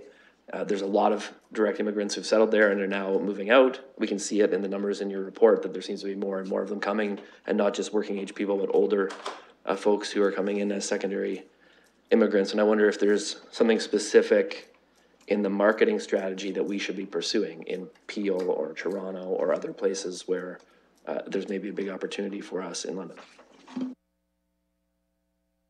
Thank you. So no, it's a good question. So the latest numbers indicate that direct immigration, I think we're about, it's close to 50-50, so just slightly, I think, direct above indirect, if I can call it that, coming from other places in Ontario, in particular, though, the Toronto, Peel, York region. So yeah, definitely that was noted. And when you speak to the marketing materials, and when I spoke to the welcome message, it's also a welcome message geared towards that population as well. So in other words, it's tailoring it. There are already some activities taking place. I mean, the LEDC, for example, has recognized that. Even the city has attended some trade shows and whatnot in places such as Toronto, trying to attract sort of that secondary migration. So important, yes, has been thought of and is part of sort of that action plan and part of those priorities. Dave, I don't know if you want to add. Yeah, no, Okay. Yeah. So I think it fits within the strategy and the action, and so I don't know that anything needs to be done right here. But I do know that, for example, Calgary Economic Development Corporation has been relatively successful in raising private sector money to fund marketing of Calgary outside of Calgary. And I think that that's something that we should be thinking about here in London. They also sent their mayor on a road show to go everywhere and talk about how Calgary is amazing within Canada and try and drive people. So I think a lot of their focus for economic development was trying to get companies to locate and set up things in cities, and instead they started focusing on people and say, you should probably want to live in Calgary. Calgary's amazing. Why don't you move to Calgary? There's a lot of jobs in Calgary. And repeat that over and over again all throughout Canada to try and drive internal migration. So I do think, at least on a regional basis, there's maybe an opportunity there. I don't think we need to do a national roadshow, but I think having the flexibility from the private sector to say, you know, it's important for us as companies employing people that we can attract people into the region, that they were able to leverage that money. It was not an insignificant amount of money too. I think it was hundreds of thousands of dollars they're spending on marketing. It's something that might be difficult for the city to do, but it's something potentially that the private sector could fund that would be helpful for everyone. And I wonder, do you see room for that potentially fitting under some of the marketing and digital strategies and pieces that you have in the strategy overall? No, definitely, yeah. And I think the LEDC has been doing some work in that regard as well. I mean, I can't speak for them here. I know Robert's here today, but if he's nodding, you know, but definitely. Again, though, we do also want to see the city taking the lead in terms of that welcome message and then have those other stakeholders come in and they each have an important role to play as well. But yes, definitely. And working as a region, I think you referenced that, very important. So when we're talking about keeping newcomers here, it's not only, I mean, if you can't keep them here in London, let's keep them in the region. Same thing should go for the other communities in the region. So we need to work together. We need to be strategic. When we're selling London, if you can't find a job here, you'll likely find a job in Sarnia, or you'll find a job in Chatham. Let's work together. Let's make sure we keep them here. But give them that, because a lot of times there's a bit of that trepidation. It's a smaller market. Am I going to find a job? If I lose that job, am I going to find another job? But again, if we work together as a region, I think we can address some of those concerns. If I may just add something, I think it's also a matter of marketing across channels as well. So if an educational institution, as an example, is taking a lead on attracting students, we ought to be talking about what London brings to that experience. If we're trying to attract a company to the city, we ought to be talking about the lifestyle, the arts and culture, the environment, the school system. So I think it speaks to our idea of having a common unified message and taking that forward as a city as opposed to a sector or a company or an institution. Right. Exactly. Thank you. Anyone else on committee? No? Okay. I want to thank you for coming, Mr. Baez and Mr. Sanani and Mr. Han, and all of the members of the committee. I know you're not all here of this steering group. Thank you for all your time. I think I heard it was 18 months that you were working on this. So it's a lot of hard work and it's volunteer time. And I know you all have busy lives like we all do, and staff as well. Thank you for your guidance and support in this initiative. It's a very important initiative.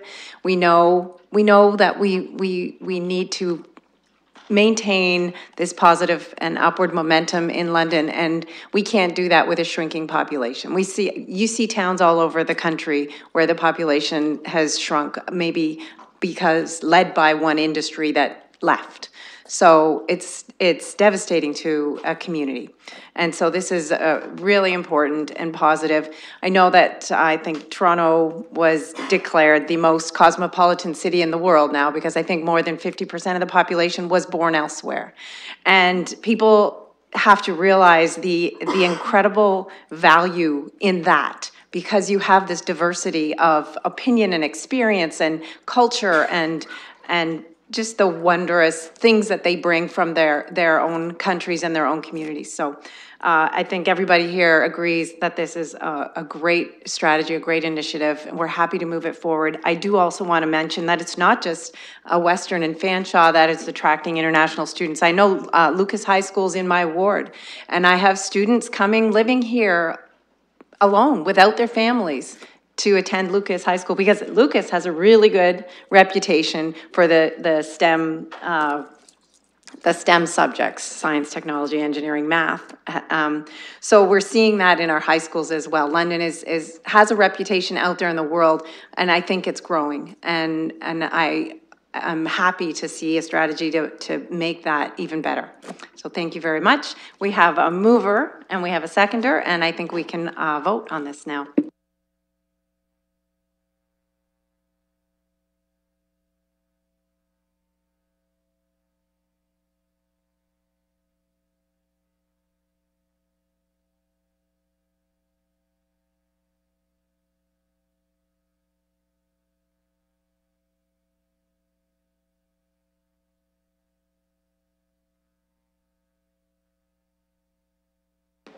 Closing the vote, the motion carries 5-0.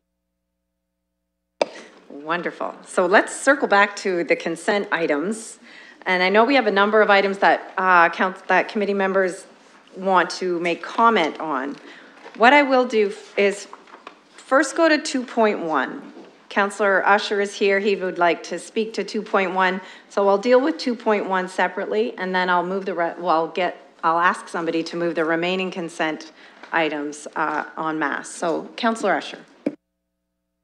Thank you, Madam Chair. Madam Chair, I wanted to touch on this because this is something that I'm involved with. I've been involved with it for a number of years, and I just want to be sure that we are going in the right direction here.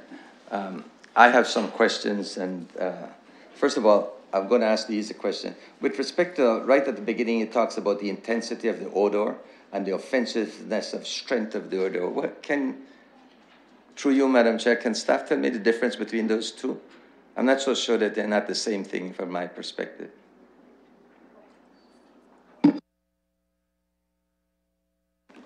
Through you, Madam Chair, my apologies. Can I ask the councillor to repeat the question? Okay. Where the bullets are, right? Beginning of the, sorry.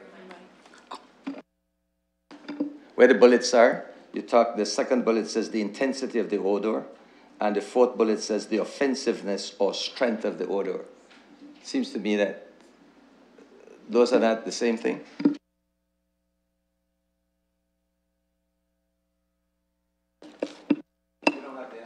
If you don't have the answer for that right now, you could get that to me later on. Go ahead. Through the chair, if I may respond, they are two different items. In this project here, we've actually brought on specialists who can much better explain that, Councillor. But we've come to believe and understand that there are important differences, and that's why there are different measurement scales applied to these different items. Okay, thank you. With respect to the last bullet, the location or source of the odor, later on it talks about three communities, the Orgo World, Stormfisher, and the City of London, Madam Chair. Through you to Mr. Stanford, just behind Stormfisher, there is another company. Are we not taking that into consideration? I forgot the name. Is it Costco or not Costco, but perhaps Mr. Stanford could just identify that for me. Through the chair, the company's name is Ingredion. They were approached to be part of this particular project, and they chose not to. They have a number of other projects on the go in response to a variety of concerns in the community that were raised with an issue they had not too long ago. So they're not able to participate in this. But this exercise, though, is being set up where as odors are monitored in the area, and odors come from different sources, they will be identified. So that is part of it. So whether it is from a company that's participating in this project or not participating, part of the exercise will be to determine where odors do come from, and that type of information will be reported. And I do wish to emphasize that the entire Ministry of the Environment and Climate Change program remains intact during this pilot project. Thank you very much, Madam Chair. It's a specific reason that I asked this question because of the fact that many of these odors that come from Stormfisher, some people say it's not Stormfisher, it's the company directly behind them. And I just want to be sure that we can identify it if it's not, or if it is there. My other question is to do with the relationship between pinching and concentric. So we seem to have a contract with pinching, and is it pinching that has the contract with concentric, or is it us who have the contract with concentric? Through the chair, Pynchon was hired to develop a methodology for how to approach this particular project, and that methodology has gone through a couple of revisions, and we'll be completing that. The final revision this week, hopefully potentially as early as this evening. Concentric then will be implementing the methodology. So they are a completely separate company following through. They are a company with a local office, and so they will be let's call them boots on the ground doing the odor monitoring. So two separate companies. The contract is actually going to be held by Orgo World. They're the ones who are actually coordinating it. And that was just done by design. It made sense to do that. And the city's contribution for this entire project, as per council direction, will be capped at $20,000. Lastly, Madam Chair, I need some explanation as to what it is that they're doing, because when we talked about this first at council, we talk about a mechanism where this equipment was going to recognize the odor and identify it to us, and we would then go to the ministry. I don't know if Mr. Stanford can help us there, but can you briefly explain to me? I read the report, but I don't quite understand the process and the mechanism that we're going to use here. It is not human, is it right? It's a mechanism? Through the chair, stepping back in time, if you recall, Mr. Katolik presented an instrument referred to as a nasal ranger, and that was probably about 6 to 8 months ago. That particular product actually is in use right now here in London. We're using it actually at the W12A landfill site and a couple other public facilities. It is not part of the pilot project because during the discussion with Pynchon, the group retained, because they specialize in this, they brought to our attention a product referred to as Centroid. And the Centroid was viewed as a better product to test during the pilot project. It had a number of advantages. In particular, it has the ability to introduce fresh air into a mask, so the individual assessing the odor also receives fresh air. So that actually helps to distinguish the odors, because your nose is subject to fresh air as opposed to burning out the way of just having odors on a regular basis. Now, that's not an ideal explanation through the chair. This is not my area of specialty. I'm just sort of paraphrasing the words that were provided to us. That is the reason why we brought on board Pynchon, was to help us with those decisions, because as a city, this is something that we are not skilled in, but the specialists are. So this particular product is going to be used. It's going to be understood the value of this particular product. We're using the other one referred to as a nasal ranger just to get a little experience from that. And all this kind of information after a 3-month period will be brought back for further analysis by staff to determine what we have learned during the pilot project. In particular, as you note in our report, we do have a number of operational and some legal challenges that do need to be examined during this 3-month period. Sorry, Madam Chair, one final small one. Mr. Stanford, can you explain to us what part the ministry will play in this? Because we're doing this as though we are totally responsible for this work, but I believe that ultimately it's the ministry who will act on it, or is there a way that we are going to act on it also, we as a city I'm talking about?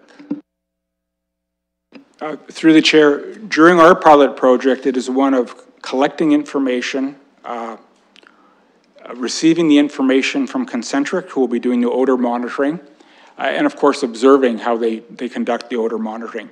During that process, the Ministry of Environment and Climate Change, their entire program that has been in place for years, continues to operate. So the community has the same level of compliance protection, enforcement protection, and dialogue directly with the Ministry of Environment. These will be 2 parallel projects operating, and during this period, we will have further dialogue with the ministry should they wish to understand what is going on here, and at the same time we wish to understand their program a little bit better too, especially how that program may change on its own as well. We just don't know with changes at the provincial government level how things may progress on their end. They could change. We don't know that at this point in time. Thank you, Madam Chair. Okay, so if I could have a mover and a seconder for 2.1.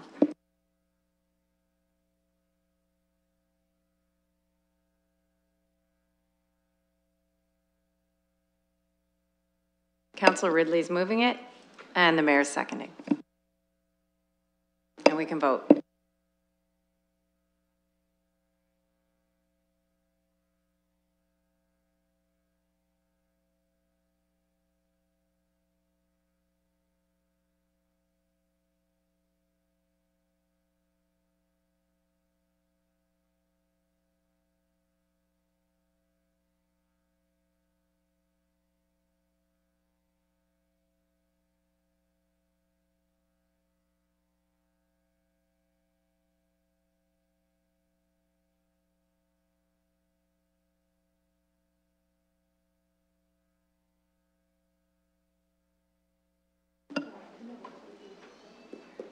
Closing the vote, the motion carries 6-0. Okay, so if I could have somebody move the remaining consent items. Councillor Ridley is moving them, Councillor Armstrong is seconding, and I'll go to Councillor Squire as a few questions. Just a few statements. I have 2.3, 2.4, and then 2.6 and 2.7. If I can do them all at once, it won't take very long.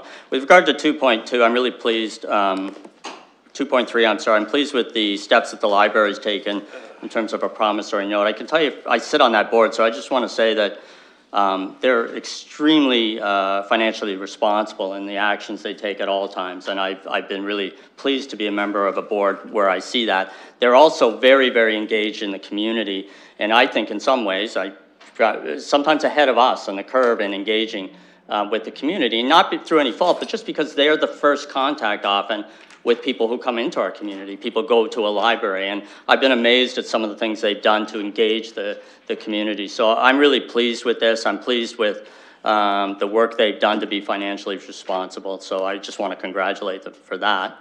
The subsidized bus pass, I just want to thank London Transit. This is somewhat new. There's been a huge amount of flexibility shown here in terms of creating discounts as we buy more volume of tickets to give to youth. And that's the city and London Transit working together, and I'm really, really pleased to see that. I know someone's here from administration. I'm sure that took a little bit of work from both points of view, but it's really an excellent way to move forward. So we're providing transit to youth, but we're not providing free transit. In other words, they're going to be paying at a lesser rate, but we're hoping the volume will make up for that. So I'm really, really pleased with that. Then the last two I wanted to speak to were 2.6 and 2.7, and I was hoping someone would be here from the police, because again, this jumps onto what I was talking about in terms of neighborhood watch. And I know in my area, and people will probably who represent other areas will know that street crime is becoming almost rampant in neighborhoods, and particularly in the neighborhood I represent, people are having items stolen right off their front porch, even when they're locked. Sheds are being broken into. In fact, some people, if you leave your front door unlocked, people will walk in your front door, see if there's a purse or some kind of electronic equipment near the front door, will take it and leave. And the difficulty or the frustration is that they're told, well, put in a report, and there doesn't seem to be anything coming out of that. So what I'm hopeful is that at least with these increased complements of police officers and the idea it's going to be community policing, that we can at least start to develop a reasonable strategy. I don't think anybody believes we can solve the problem or eliminate the problem, but I was hoping to hear from someone about how we're going to use this resource in that area. I didn't expect anyone, I suppose, because they didn't know I was going to ask this, but is it possible that could happen through the chair?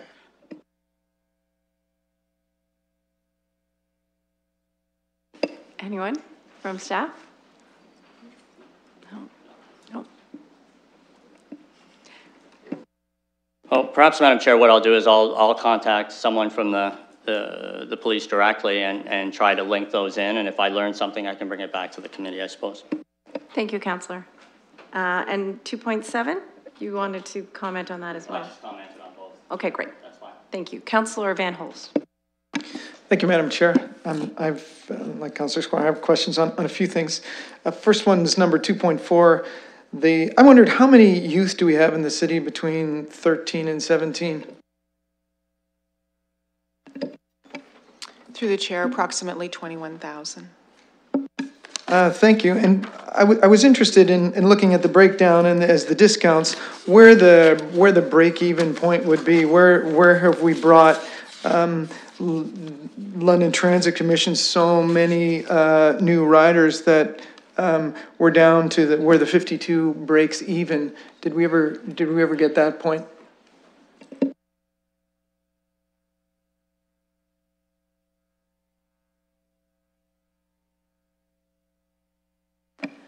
Thanks, through the chair. It's hard to figure out what that is because we don't have ridership for young people, because currently if you're 13 to 17 and you're purchasing a monthly pass, you're purchasing an adult monthly pass. So we don't, that's why we're recommending it's a pilot, because we don't have strong numbers on youth ridership. Okay, thank you. I'll accept that answer. I'm looking at 2.6 and 2.7, just about the policing programs. Is that is any of this new money? I get the impression from reading it that this is just kind of continuing with the status quo that we have. And could somebody from staff answer that? Councillor Nobody's, these are reports from London Police Service, and so those are not answers that our staff have. Okay, well, thank you. Then let's go on to 2.9, the Ontario Renovates Home Repair program. So this has got $100,000 available with a $15,000 limit. So I'm guessing that's going to be maybe half a dozen to a dozen grants. And it says in here, we're going to do some type of a needs evaluation. And I wanted to know what that was, because it seems like for a small, I'm hoping that's not a lot of work, because for such a small number of grants, it doesn't seem like we should be doing a lot of work. Through the chair, if I could, I don't intend it to be, or we don't intend it to be a great a lot of work. It's our intention to see how quickly the uptake is, and then we would look in terms of next steps in this process. Okay, thank you. On 2.10, the social housing building inventory, we're paying our consultants $115,000 to look at 3,300 properties, which is about $35 a pop, which seems like a great deal. It seems like this is a pretty valuable thing. That's correct? Through the chair, that is correct, and this is important work that helps us in terms of ensuring that our units continue to be viable moving forward. All right. 2.11, sorry, Madam Chair, but I'm trying to make them quick.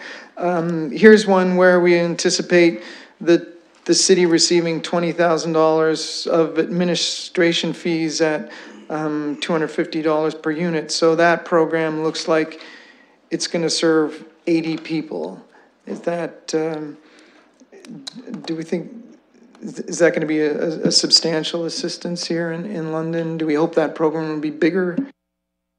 Through the chair, we have an existing program that helps to support individuals who experience violence.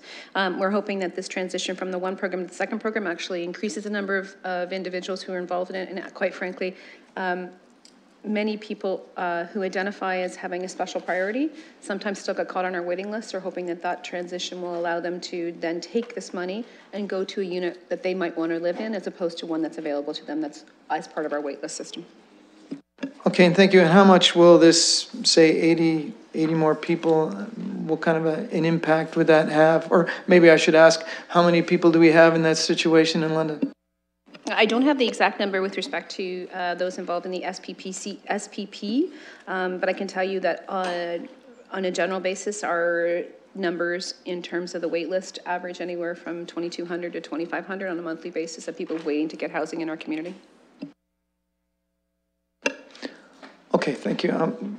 Perhaps leave my questions there. Thanks. Thank you, Councillor. Councillor Helmer.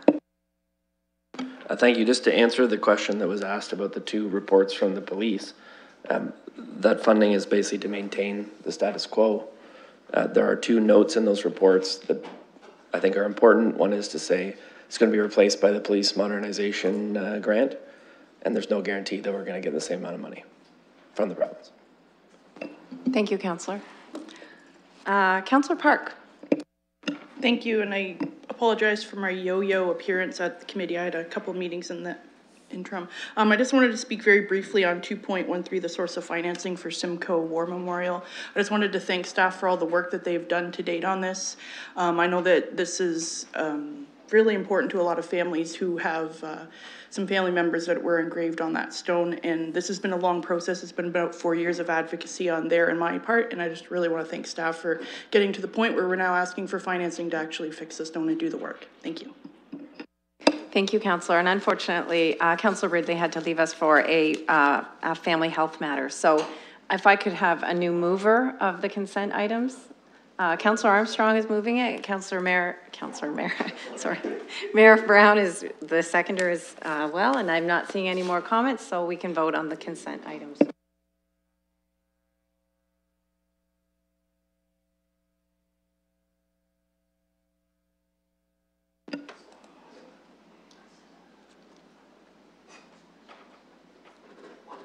Closing the vote, the motion carries 5-0. Thank you. That takes us to items for direction, and item 4.1 is the fifth report of the Accessibility Advisory Committee. Look for a mover and a seconder on that.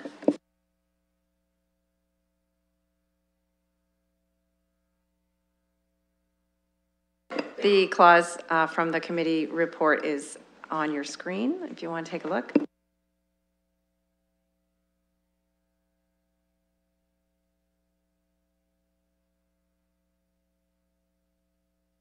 My understanding is that, and this we went through, is if we receive and file, we're not taking any action or endorsing any of the actions in the report, because I don't want to do that. I'm happy to receive it and file it, but not to further those steps that were asked with regard, particularly with regard to obtaining a legal opinion. For me, that's entirely inappropriate for an advisory committee. So I'll move receipt and file, but if someone wants to do something further, I won't do that.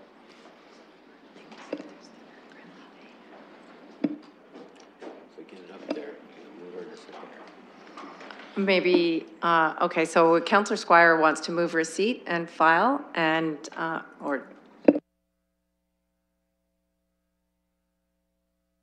receive and file, and Councillor Armstrong would like to second that. Do I have any other comments from committee? Mr. Mayor. It's quite all right. You know, I have direction from our council to meet with this advisory group, and that meeting has not yet occurred. What I interpret, or could interpret, the motion that's before us is to take no action on a series of concerns that are being raised by an advisory committee that has spoken to all of us at an SPPC and indicated that they were considering resignation en masse if they didn't feel that their concerns were being heard. And so I am very reluctant to support a motion that would just receive this. Very reluctant to do that. Likely I'll vote against that today. Other options would be to refer this to a future meeting for us to spend some time to consider the requests that are being made, to understand the implications that might be involved in moving forward with this. And should the motion that's before us be defeated, that's what I would do. I think that there's no reason to rush into this in any one direction, and I think that if we could slow things down, let the conversations that need to occur, and then deal with this at the appropriate time. Councillor Armstrong. Through you to the clerk, receiving and filing, is that going to cause any concern as far as the mayor meeting? You know, if there's something that comes out of the mayor's meeting with this group, can we not, would that cause an issue? Before I go to the clerk, Councillor, I just wanted to remind the mayor that referral takes precedence. So if he wanted to refer this item, and if he had a seconder, that is what we would vote on first. And may I? Yeah. Okay, so this is on the referral, and I'm not out of order? Okay, so I would make that motion that we refer this to the next meeting of this committee for consideration. I think it slows things down. If I could speak through you, Chair, to the member who asked a question about procedurally, would this create any issues? I don't think that it would. If we were to receive and file a recommendation like this, from a procedural perspective, I don't think that would be a problem. From a relationship perspective, I think it very well could be. And that's why I'm asking that we refer this to the next meeting. Councillor Sully has indicated that he will second the referral. Councillor Armstrong, you have the floor. Well, I'm happy to second the referral because I wouldn't want anyone out there to misunderstand that, you know, what the intentions are here. So if I can second that, I would be happy to do so. Councillor Sully already indicated that he would second it. I had said that into the microphone, but I appreciate your willingness as well. Councillor Squire. I'm very concerned about the nature of what's being asked for here. Basically, an advisory committee, and the difficulty I have in speaking is sometimes when I speak procedurally, people perceive I'm somehow against something or in favor of something in the community. And I'm not. I'm just saying that I think we're developing, and I'll say this in a broader manner, I think we're starting to get into issues with advisory committees. You'll see a number of advisory committees are asking for their terms of reference, or they're bringing them back to be reviewed. And they're seeking, in my views, new powers that may not be statutorily given to them. And if one looks at the terms of the statutory terms of reference and guidance for, especially the Accessibility Advisory Committee, I've heard words used like, well, they're advocates, they're champions. That's not what they are. They are advisory committees to provide advice on matters. This is going way beyond advice and basically saying, you know what? And I'll be blunt, we don't like a decision that was made by council, so we would like you, the people of the City of London, to pay for a legal opinion. And please keep in mind, legal opinions vary. We may get a legal opinion that disagrees with our decision. We're going down a very slippery slope. And I can tell you, at some point in time, this council will have to act as the elected members of the City of London and say, here's what the people of the City of London want. And we were elected to make those views. And it has nothing to do whether we support accessibility, animal rights, diversity, or anything like that. It has to do with a really fundamental right. So that's all I'm going to say today, but I'm hoping people don't interpret that as me being not wanting to hear people. I do want to hear people, but I'm not going to vote to refer it. I'm very happy today just to receive and file it. And I can speak again this in the future, but I just warn us, we're going down a very dangerous path in my view. Any other comments? Councillor Helmer. So when this gets to council, I'm not going to support the referral. I also would not support noting and filing it. And I would agree with Councillor Squire that we've got some advisory committees that are giving very specific recommendations to committee and then through the committee to council. And if we don't agree with those recommendations, what we should do is vote against them. So receiving and filing the whole thing, I mean, is anybody against requesting that the manager of municipal law enforcement, parking and licensing come to a meeting to talk about a parking lot? I don't think so, right? But this is how the Accessibility Advisory Committee actually actions things. They have to come to the committee and then they have to be approved by council. If they don't, nothing will happen. So it is a problem if we just receive them and we file them and we don't actually approve them.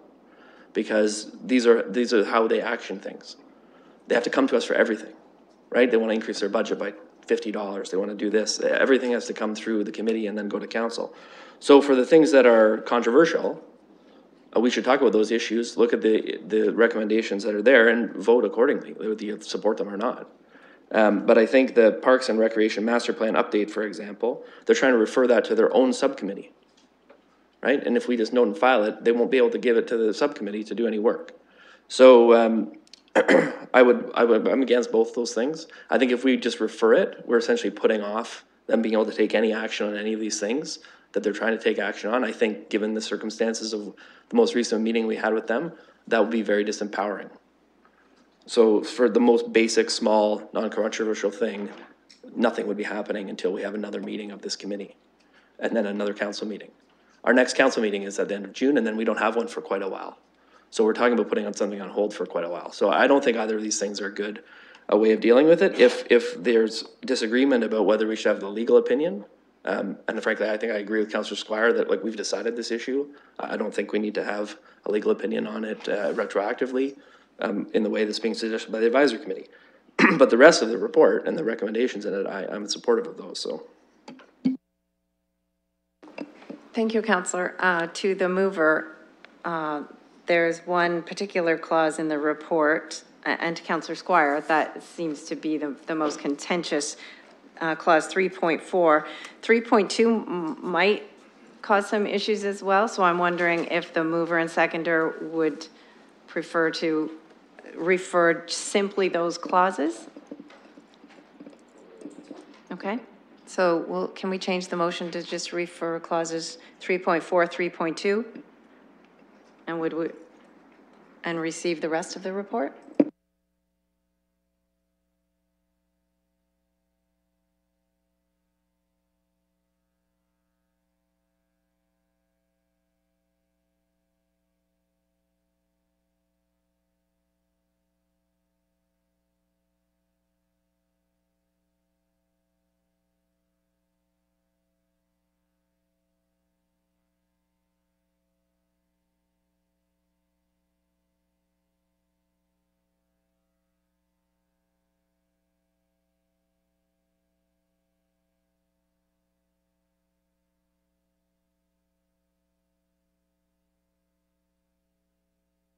So the motion is up if the mover and seconder would like to take a look.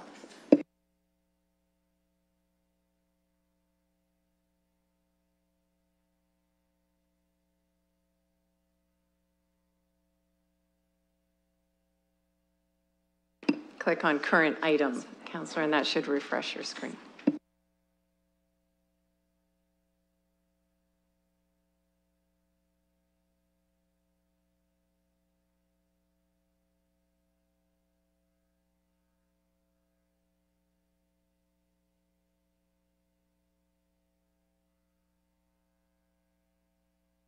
So we're only dealing with clauses 3.2 and 3.4 of the 5th report of Accessibility Advisory Committee.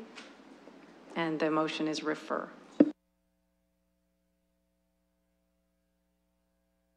And I'll look to see if there are any comments. Councillor Squire. By including it all together, which is fine, I have no choice but to vote against it because I'm not in favor of referring. No, we're only dealing with 3.2 and 3.4 right now, Councillor. Right. I misspoke earlier. All right, so that's what I took. We were doing the whole thing. So we're just doing a referral of 3.2 and 3.4? Thank you. And we can vote.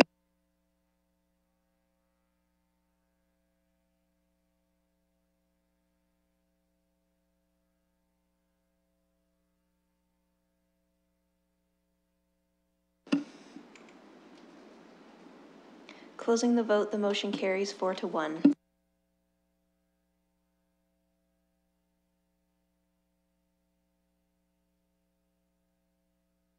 So we'll put the remaining items of the report on the floor and minus 3.2 and 3.4.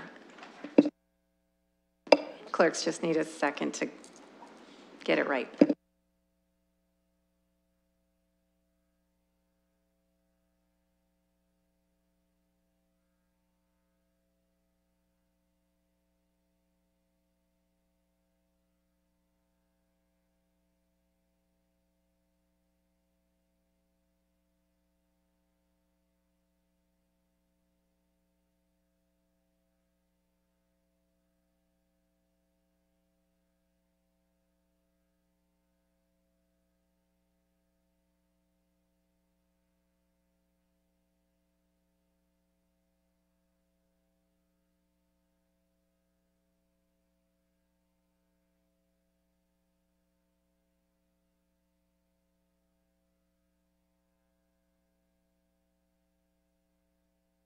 So the report's up, if somebody could move and second it.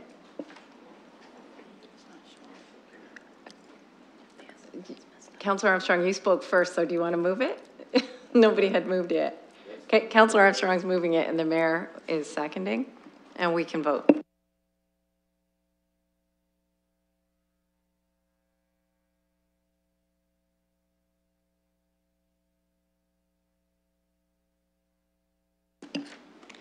Closing the vote, the motion carries 5-0.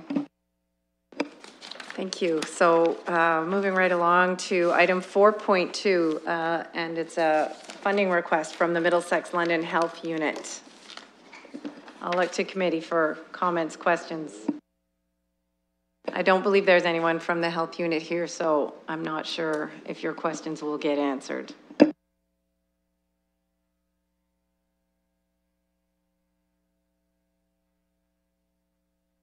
Councillor Sully. I just know I just came up a few times with examples. Just for clarity, just procedurally, maybe the clerks can answer. When we have like a health unit item on our agenda, those respective organizations are made aware that it's coming up, right? I just wanted to make sure, because I know this and mention of the police was before, so I just wanted to make sure that it's not on their end. So are you asking if the health unit is aware that this would be on the agenda today? Yeah, just in general, I just wanted to know whenever the health unit is on the agenda or there's something related to the police, I just wanted to make sure that all of them are aware. Thank you. Ms. Saunders. Through you, Madam Chair, I believe the item was submitted by the health unit. So, yeah, but technically or typically we would advise them if there's an item on the agenda. Perfect. I just wanted to make sure that members of the public were aware of that. So as they're following, not to think as if we didn't make that opportunity available. So if you look on page 432 of the agenda, the health unit is requesting a resolution from council that Civic Administration be directed to negotiate terms of financing with the Middlesex London Health Unit for the fit-up costs of MLHU's new office space, and that an appropriate agreement outlining the terms of the financing be brought forward for council's consideration. So the letter details the possible financing. It's not something that is for sure required. They are seeking funding from the provincial government, and I believe this may be like a backup plan if the entire funding isn't provided by the province. But it's up to committee to, I'm the chair, you tell me how you want to handle this. Mr. Mayor. I'm a little surprised that there is no one here from the health unit, is that right? And so they're looking for a loan of up to $5.2 million, but they're not here to answer any questions that we might have about the process or about the need? Okay. So I think I'll limit my comments to that for now. I'm interested in hearing what other colleagues have to say. I don't think it's out of line for us to help in this way. We've lent money to other organizations that are partner organizations in our community. But I do have to say publicly that I'm surprised that there isn't a representative from the health unit here to talk to us about this. Councillor Armstrong. Well, it's not a perfect world, and maybe there was somebody or that was supposed to be here, and for some reason they're not here this moment. That is possible, and unless somebody wants to phone the health unit to find out if, because I don't think there's anybody in the room that at one time or another hasn't been late for a meeting or maybe missed a meeting for whatever reason at some time in their career. So let's be honest about that. Things do happen. So maybe they would like to be here. I don't know if you want to take the time to find out or not. But I certainly would like to have somebody here. So it's late in the day. So is there a problem with us? Is there a time issue? Does staff know if there's a time issue here? Can this be left to the next meeting, or would anybody have any thoughts on that at all? I'm looking at staff. There's a lot of heads being shaken around. Oh, here we go. Through the chair, I don't believe there is an issue with requesting that the health unit attend a future meeting. I'm not sure why they weren't here today, but certainly something that could come forward at a future meeting. Okay, so can we refer this to the next meeting, and if they indicate they see no need to attend, fine, we'll go ahead and deal with it. But just in case, let's give them that opportunity, and then we'll also know it's coming, and make sure we answer any questions that may be relevant. Anyway, so I'll move referral if I can do that. So Councillor Armstrong is moving referral. Is there a seconder? Are you seconding, Councillor Squire? Yep. And are you finished, Councillor Armstrong? Okay, you're up next, Councillor Squire. Well, I have to say that I'm here today. There were two matters from the police service that I was very interested in. There was no one to answer questions, and I think people would be very surprised if this councillor approved moving ahead with a $5 million loan and then went out to say, well, we didn't really hear anything about it. No one attended. So if it came to it, I wouldn't vote in favor. I don't see anyone from staff here who says, yeah, this is the kind of thing we do. It's within our jurisdiction. We can handle it. So I'm happy to support a referral, but I don't think because a matter is a consent matter means you just stay at home and now I'm going back to the police matter, which I'm not happy about, but I think people should know that we're the city council of the City of London. We're a committee of that council, and I think we have the right to have people here to back up their requests. Thank you, Councillor. And it's not a consent item. I was going back and ranting about the police. Oh, okay. Thank you. Mr. Murray has something to say.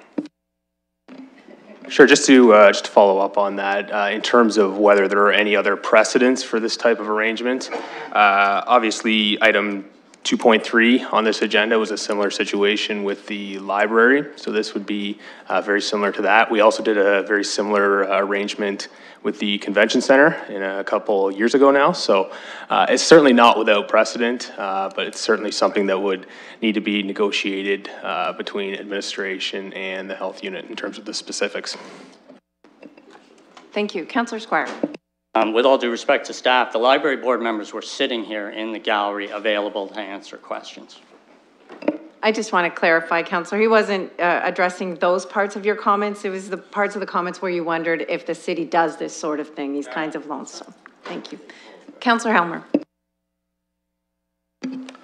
Well, speaking of board members, there's two of us here from the health unit. And if people have questions and we're able to answer them, I'd be happy to answer them. I think from the health unit's perspective, the reason that they're asking for a loan from the city is because it's the cheapest possible way of borrowing money. So if we're interested in keeping the cost down for the fit up, lending them the money at our rates is pretty smart. Not doing it would mean they have to go to some other kind of financing, and it's probably going to be more expensive. So considering that we have to pay the bill eventually, I'm not sure that's really a good idea.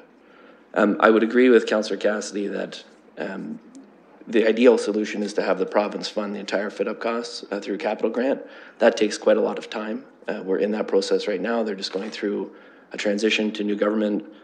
We don't know how long that will take. I do agree that taking a bit more time and having Dr. Mackey here to answer questions about it is perfectly reasonable. I don't think there's any particular urgency in getting it decided by the end of June. But I also think it's not a very difficult issue. We do this for our boards and commissions when we need to loan them some money at good rates to keep the overall cost down for ourselves and for them. Thank you, Councillor. Okay, we have a motion to refer to the next meeting of Community and Protective Services, moved and seconded, and we can vote on that.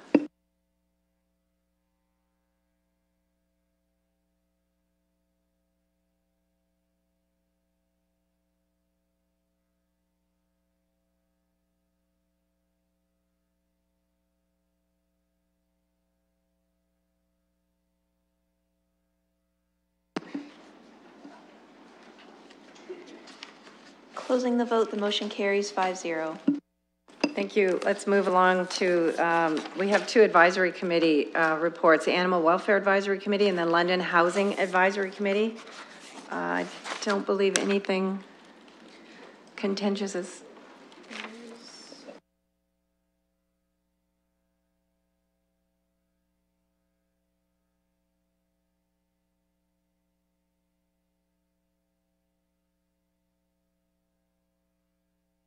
So the Animal Welfare Advisory Committee is up first. There are two action items, just a request, and that, and someone from staff? From police, oh right, from police services be invited to their, to a meeting of Animal Welfare Advisory Committee. So if nobody has any problems with those requests from the committee, Councillor Sully is moving that report and wishes to speak to it.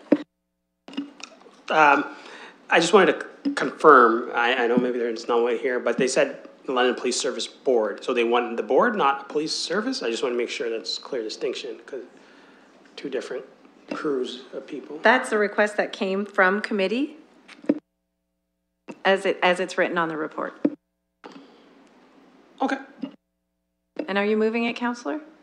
Okay. Do I have a second? Councillor Armstrong. We can vote.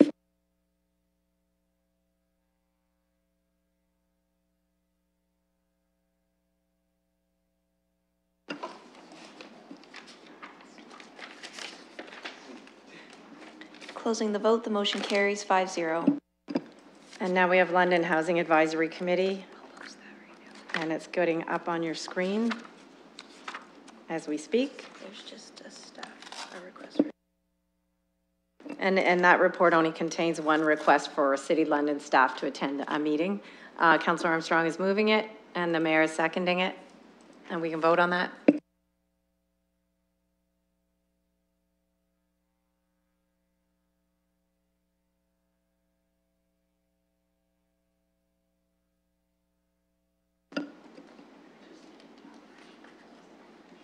Closing the vote, the motion carries 5-0.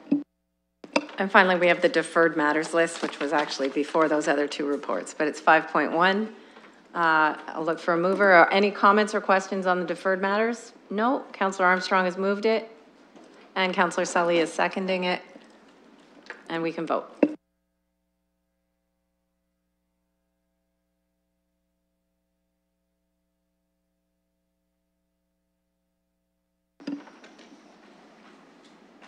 Closing the vote, the motion carries 5-0. I'll move to additional business, and I actually have Councillor Park.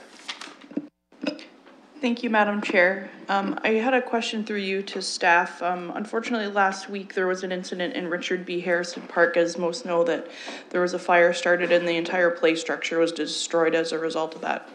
I just wanted to ask through you to staff if we could have an update for the community as to what progress has been made since then and what we can look forward to in the future. Hi, through the chair. Yeah, unfortunately, we did have that incident. It happens occasionally, and unfortunately happened last week in Richard B. Harrison. We're in the process right now of going through the purchasing process, which is 3 quotes for a new supplier of the playground, and then we'll progress as soon as we can. Certainly at this time of season, it's dependent upon the suppliers. They're delivering all of their equipment to all of their commitments at this point, and our contractors as well as establishing the area there. It's a unique location too with a rubber playground surface. It's not the wood chips and sand there because of some issues that were there before. So it's both the surfacing and the playground equipment itself that we have to work with. 8 weeks, unfortunately, is not a time frame that we're happy with, but it's probably the time frame that we're looking at. We are looking at maybe some temporary type of play features so that we can do this when we're replacing playgrounds or when we have this type of incident that happens, so that we can maybe have some sort of something in inventory that we can share with the community in the interim for the installation. So we're going to look at that as well, but we're probably looking at about an 8-week time frame, unfortunately. Thank you for that information, and from the bottom of the neighborhood's hearts, thank you to staff for all the work that's been done into finding solutions to go forward here. I can say that I've received a lot of calls and emails that are very happy about the work that's been done and very upset about the damage that had been done. Thank you. Thank you, Councillor. Councillor Sully. I just had a question for staff, particularly Ms. Livingston. If you could just give us an update about the firefighters that were injured at London Fanshawe Lake. And through the chair, I'm happy to report that both firefighters are at home. They are dealing with their injuries, and we are participating, cooperating fully with the number of investigations that occur around an unfortunate accident like this. And through the chair, just as a question, once the conclusion of the investigations are had, is that kind of the information that would come back to this committee, or would that be just completely separate from us altogether, if there's any recommendations or any? Through the chair, it's not a usual process for information like the Ministry of Labor's conclusions to come back to committee. I am very happy, though, to follow the usual process that I do to provide council with an update. Thank you. I just wanted to better educate myself with the process. So, on behalf of myself, I just wanted to express my thoughts to all of them, and I'm sure if you can relay that to them as well, that'd be appreciated. Thank you, Councillor. So I will look for a motion to adjourn. Councillor Armstrong, seconded by Councillor Sully. All in favor? Any opposed? Motion carries. Thanks, everybody.